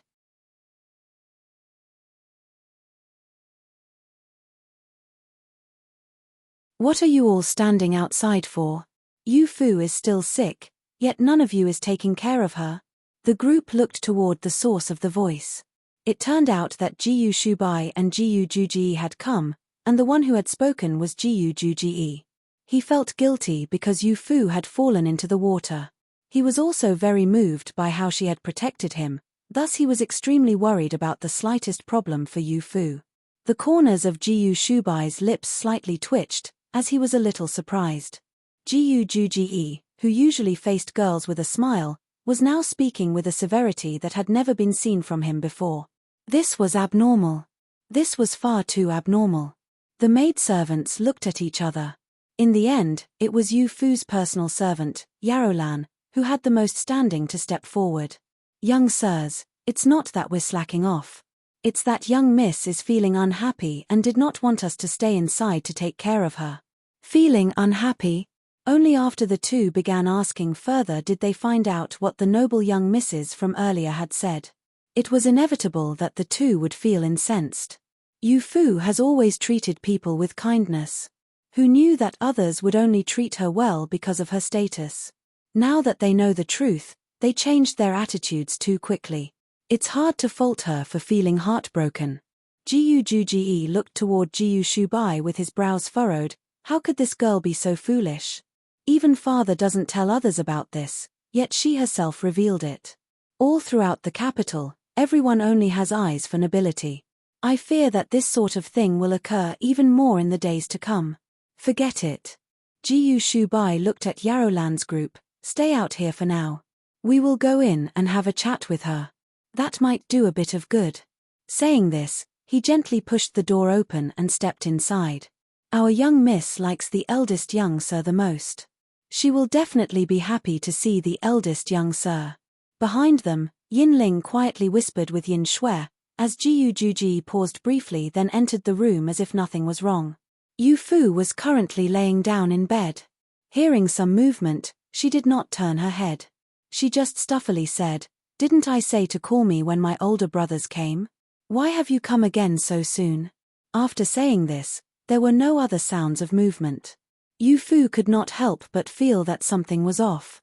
Turning around, she found that Jiyu Shubai and Jiyu Juji were both standing in the room, and both were looking at her while laughing. Not realizing that the two of them had entered the room, her miserable expression remained on her face. This caused Jiyu Shubai to feel quite a bit of heartache. "Yarolan said that you were feeling down, thus we came in on our own. It turned out that there's a little girl facing a wall while reflecting on her actions." There were small chairs already next to the bed, and the two casually sat down. Yu Fu immediately sat up straight, her little face bright red. "That's not it. I only lay down because I was a little sleepy. Weren't eldest brother and second brother entertaining those misses out in the front? How do you have time to come here?" Yu Fu forced out a smile. The earlier feelings of misery had already been suppressed to the bottom of her heart. However, this was not enough to fool the two in front of her. One of the two was 19 and the other was 20. If they could be fooled by a young child like Yu Fu, it would be a little too disappointing. The two exchanged a look. Neither planned on exposing her facade. She was unwilling to express her sadness in front of the two. Put plainly, she did not want them to worry and did not want Jiyu Huijiang to worry. The Marquis Manor has never welcomed these guests in the past. They were allowed in for your sake. We simply hoped that they could help ease some of your boredom. Where is there any sense in us entertaining them? I see that they could not keep you entertained, so there's no need to let them back in. Ji Shubai's casual mention of this caused Yu Fu to feel a little bit shocked. Eldest brother definitely knew what had just happened.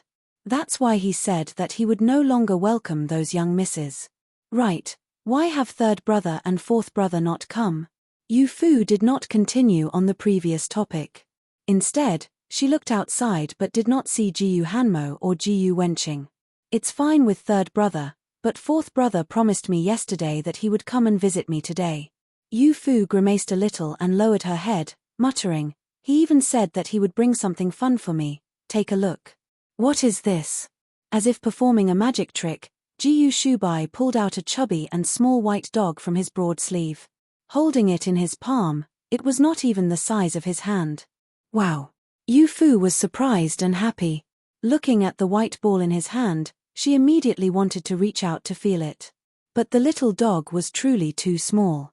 She was afraid that she would hurt it, thus her arms remained at her sides, afraid to reach out and touch it. The little white dog was very comfortable laying on Jiyu Shubai's palm. Sitting on its butt, it licked its paws and looked very cute. Now, Yu Fu could no longer endure, reaching out and pulling it into her arms. Your fourth brother wanted to come with us, but third brother held him back, saying that his martial arts had regressed. As such, the two began training in the backyard. He entrusted this little dog to us to give to you. Sure enough, you like it. Jiyu Shubai was observing Yu Fu's expression. He never thought that a little white dog could make her so happy so quickly. Jiyu Wenqing really understood Yu Fu's feelings. Awoo, the little dog obediently lay in Yu Fu's arms, letting out soft whimpers. Yu Fu brought her hand over to its nose, and it sniffed her for a bit. It then stuck out its pink tongue and began to lick her hand. She began to giggle, and Jiyu Shubai could not help but shake his head. This little girl was truly too easy to coax. All right, you're still recovering from an illness. You can play when you are better. Jiyu Juji picked up the little dog and gestured for Yarolan to continue taking care of her. Yu Fu still wanted to continue playing but watched it get carried out. Father mentioned wanting to bring a teacher to teach you embroidery and needlework. There was also something about zither, chess, calligraphy, and painting. As I see it, when you recover from this illness, it would be better if you trained in martial arts with us. With you being so frail, how can that be bearable? What? Learning martial arts? Yu Fu shrank back a little and pitifully looked at Jiyu Juji.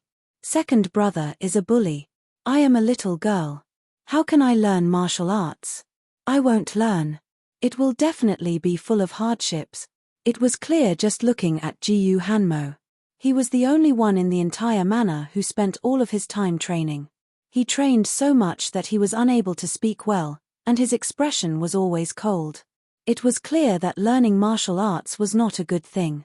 Once she voiced her thoughts, Jiyu Shubai and Jiyu Juji began to laugh, unable to hold back. Did you think that third brother is the best at martial arts in the manor? Aside from father, the best at martial arts is eldest brother. It can be seen that even with learning martial arts, it's possible to stay elegant and graceful. As for you, it will just be for the sake of strengthening your body. Yu Fu was still a little afraid, thus she cast a pleading look at Jiyu Shubai. This time, Jiyu Shubai did not act as she had hoped. Second brother is right. Your body is truly too weak. If training in martial arts can make you stronger, father can also feel at ease. What do you think? It seemed that the two of them had discussed this beforehand. They had not come to ask her opinion in the slightest. Yu Fu angrily pouted and furrowed her brow. The head general definitely will not agree to it.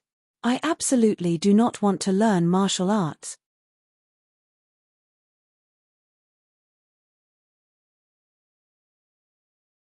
Under the scorching sun, the martial arts hall of the Marquis Manor was quite lively. In the shade of the winding hall, there was a row of armchairs. The young sirs of Marquis Gu's manor were presently sitting in the hall. From time to time, they would whisper to each other and let out a few laughs. Their eyes were focused on the courtyard that was completely uncovered. In the wide courtyard, 2 rows of weapon racks were filled with swords and staves. On the ground, there was a short and dark figure. In the middle of the courtyard, two figures, one tall, one short, were currently bathing in the scorching sunlight. Your lower leg needs to remain straight. Ji-yu Hanmo's expression remained cold and did not reveal any emotions. Raising a hand, he used a stick to tap Yu-fu's leg. The hot sun did not seem to have any effect on him. Not even a drop of sweat appeared on his body. He just paced around in circles while observing Yu-fu. Yu-fu was currently in the horse stance. Her little face was bright red from the sun, and large beads of sweat were dripping from her forehead. When Ji-yu Hanmo tapped her leg, she immediately tightened her leg, her light mauve pants becoming wrinkled. This was for the sake of teaching her martial arts. Ji-yu Huijiang specifically ordered a few sets of clothes. The top and bottom were both cool and easy to move in. Drip. Sweat had completely soaked the clothes, and Yu-fu pitifully looked up, staring at Ji-yu Hanmo. Unfortunately, it was Ji-yu Hanmo. If it was any of the 5 other brothers, it was likely that they would immediately become reluctant to have her continue training. It was for this reason that there were no objections when Ji-yu Hanmo was chosen to instruct Yu-fu. Third brother, taking the horse stance in the sun is too much suffering for Yu-fu. Ji-yu Yi was unable to hold back and spoke up. A spark of hope was suddenly lit in Yu-fu's heart, but she then heard him continue. Wouldn't it be better to have her do it in the hall? Yu-fu, that's true. After all, Yu-fu is a girl.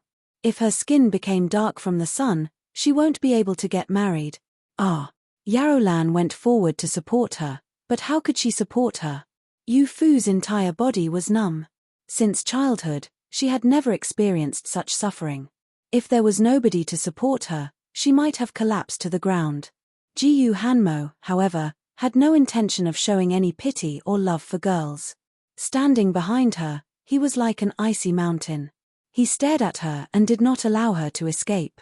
Eldest young sir, Lord Marquis ordered me to deliver a watermelon that has just been chilled. Just as Yu-fu was slowly inching toward the hall, they suddenly saw Chi-ju arrive with a group of people carrying a watermelon. The watermelon was in exceptional condition. It was large and round, and its exterior was a brilliant green with visible black stripes. It even had some beads of water on it. It was immediately evident that it had been placed in a cold storage area to cool it. Only that would cause water to bead like that on the surface. When Yu-fu saw this watermelon, she became even more paralyzed. Then bring it over. Ji-yu Shubai pretended to not notice her greedy expression and had Chi-ju bring it over to be cut open. Chi-ju snuck a look in Yu-fu's direction and found it hard to suppress a smile. With that, he picked up the flat blade used to cut the watermelon. Eldest brother had not called her to eat the watermelon. Yu-fu wishfully thought about it and could not stop herself from swallowing some saliva. Yu-fu. Like a sound belonging to nature, it was a rather low voice. Yu-fu rapidly raised her head and saw Ji-yu Seong and Ji-yu Yi rocking back and forth. Ji-yu Shubai's face also had a slight smile. We will stop training for today. Quickly come and eat. With Ji-yu Shubai having spoken, not even Ji-yu Hanmo could stop her. Yu-fu quickly trotted over. As for Lian Zhu and Lian Bai, both were staring in a daze. Wasn't Yu-fu just struggling to even move? How could she run so quickly just now? Little Yu-fu, weren't you unable to walk earlier?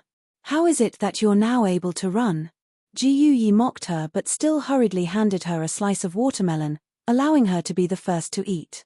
Yu-fu received it and took a bite. The coolness permeated her core, and she shot a bit of a glare at him. It was originally an even greater glare, but this was reduced by the cool watermelon. Little Yu-fu, you will need to remember in the future not to flaunt your few skills in front of a master. We are all people who have been trained like this from childhood. Whether you are truly unable to move or not is something that we can see at a glance.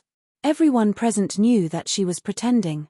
It could be seen that her pitiful appearance really did make him feel reluctant to have her continue training.